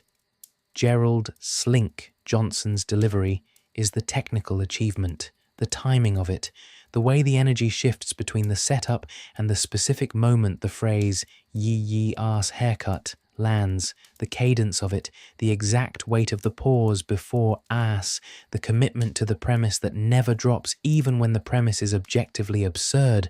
This is not something you can write into a script and then have land. The writer can set the conditions. The actor has to bring it home. He brought it home. 7 years later, the internet agreed. People began modding the scene, replacing Lamar with Darth Vader, Kermit the Frog, SpongeBob SquarePants, Harry Potter, various other figures from popular culture's extensive catalogue, all of them delivering the Yee-Yee ass haircut speech. Each version found its audience. The cumulative effect was that a scene from the opening minutes of a 7-year-old game became one of the more genuinely viral moments in gaming culture in years. Know Your Meme documented it. Clips accumulated hundreds of millions of views across platforms. Fontano and Johnson recreated it live. In January 2021, on camera, the two men in the exact physical blocking of the original scene, delivering the lines in person. It worked, of course. The scene had always been real. The friendship, the specific dynamic, the humor that comes from two people who know each other's vulnerabilities and deploy them affectionately, and performing it with the actual humans behind it, just removed the last layer of mediation between the fiction and the fact. Rockstar acknowledged it in the contract directly. When Lamar calls Franklin in the DLC, the callback is explicit, the game winking at the phenomenon it had accidentally created, the proof that something built in 2013 had enough genuine life in it to find new audiences a decade later. There is something worth sitting with in the fact that it was this scene that broke through, not a heist, not the choice between ending A, B, and C, not the Union Depository or the Paleto Bank or the helicopter or the gold. The scene that became a cultural moment was two men standing outside a house on Forum Drive after a repo job talking about a haircut, which is to say, the friendship was the thing. The game built a story about crime and money and the ambition to leave the street behind, and the part that lasted, the part that found new people 8 years later and made them feel something, was the specific texture of what it looks like when two people from the same place have become different people but are still, underneath everything, from the same place. Lamar roasting Franklin about his hair is not a joke about hair. It is the entire relationship in compressed form. The love that expresses itself as criticism, the loyalty that never entirely gives way to approval, the specific mode of affection that people who have known each other since childhood use to maintain connection across distances they can't fully bridge, which is to mock the distance, to minimize it with comedy, to say, you moved to the hills and you have a ridiculous haircut and I'm still here and you're still, you and the gap between us, however real, has not changed what we are to each other. Gerald, Slink, Johnson and Sean Fontino understood this. They understood it because they were performing it from the inside of a real dynamic. Two people who had built something together in the production of this game, who had their own friendship, their own history, their own version of the Franklin and Lamar dynamic playing out in a recording studio rather than on Forum Drive. The recreation in January 2021, both of them together physically in the blocking of the original scene, worked because it was not a recreation. It was a continuation. This is what great performances produce, not documentation of something that happened, a living artifact, a thing that grows new audiences because it is still alive. The meme's virality in late 2020 arrived when the world was in the specific mood of late 2020, the collective exhaustion, the searching for things that felt real, the internet's tendency during those months to find comfort in specificity and to transmit it widely. The Yee-Yee ass haircut had a specificity that people responded to before they fully understood why. It was specific. It was true. It came from somewhere real. And underneath all of it, what people were actually responding to was Franklin Clinton himself, not the haircut. Him. The specific tiredness and intelligence and patience of a 25-year-old man from South Los Santos who is trying to find his way to something better and who has a best friend who is going to make the journey as difficult as possible while also being the only person who genuinely knows him. That is the story. The meme was the part of the story that the internet could fit in a tweet. The rest of it is the 32,000 words we've just spent together. The memoir came in 2022, Game Changer, My Journey from the Streets to Your Video Game Console, published March 25th, 2022. Sean Fontino's account of the journey from Watts to the voice booth, and from the Crips to the motion capture suit, from the 12-year acting gap to the character that would be played by hundreds of millions of people. The title says the important thing, changer. Not transformation into something unrecognizable, a change in the game, the skills and the history and the specific intelligence built in the Watts streets were not discarded on the way to the studio. They were the access point. The thing that made the performance possible was having lived the life the performance described. Franklin Clinton and Sean Fontino are parallel stories that achieve the same destination through versions of the same path. Accumulate the skills the place teaches you. Find the moment where those skills have a different application. Make the move when the move becomes possible. And don't pretend you left where you came from behind, because you didn't. Because you can't, and because what you came from is partly why the destination means what it means. The wooden sign on the front door, the dog on the porch, the red car with the license plate in the driveway, the slide in the backyard, the children who are old enough for school and who don't know what Forum Drive felt like from the inside, who know it only as the place their father talks about sometimes, as part of the story of how they ended up in these hills, and the office in Rockford Hills where Franklin Clinton, CEO of F. Clinton and partner, multimillionaire, husband, father, the first Black American protagonist to headline a mainline Grand Theft Auto entry, handles the problems of the Vinewood elite with the exact skills that South Los Santos produced. Now, the question at the beginning, what does it actually take to leave the street behind? The honest answer the story provides is, you don't entirely, and that is not a failure, it is the accurate version. Forum drive is in the patience, it's in the refusal to panic when the variables are moving, it's in the ability to read a room from the outside before you decide how to enter it.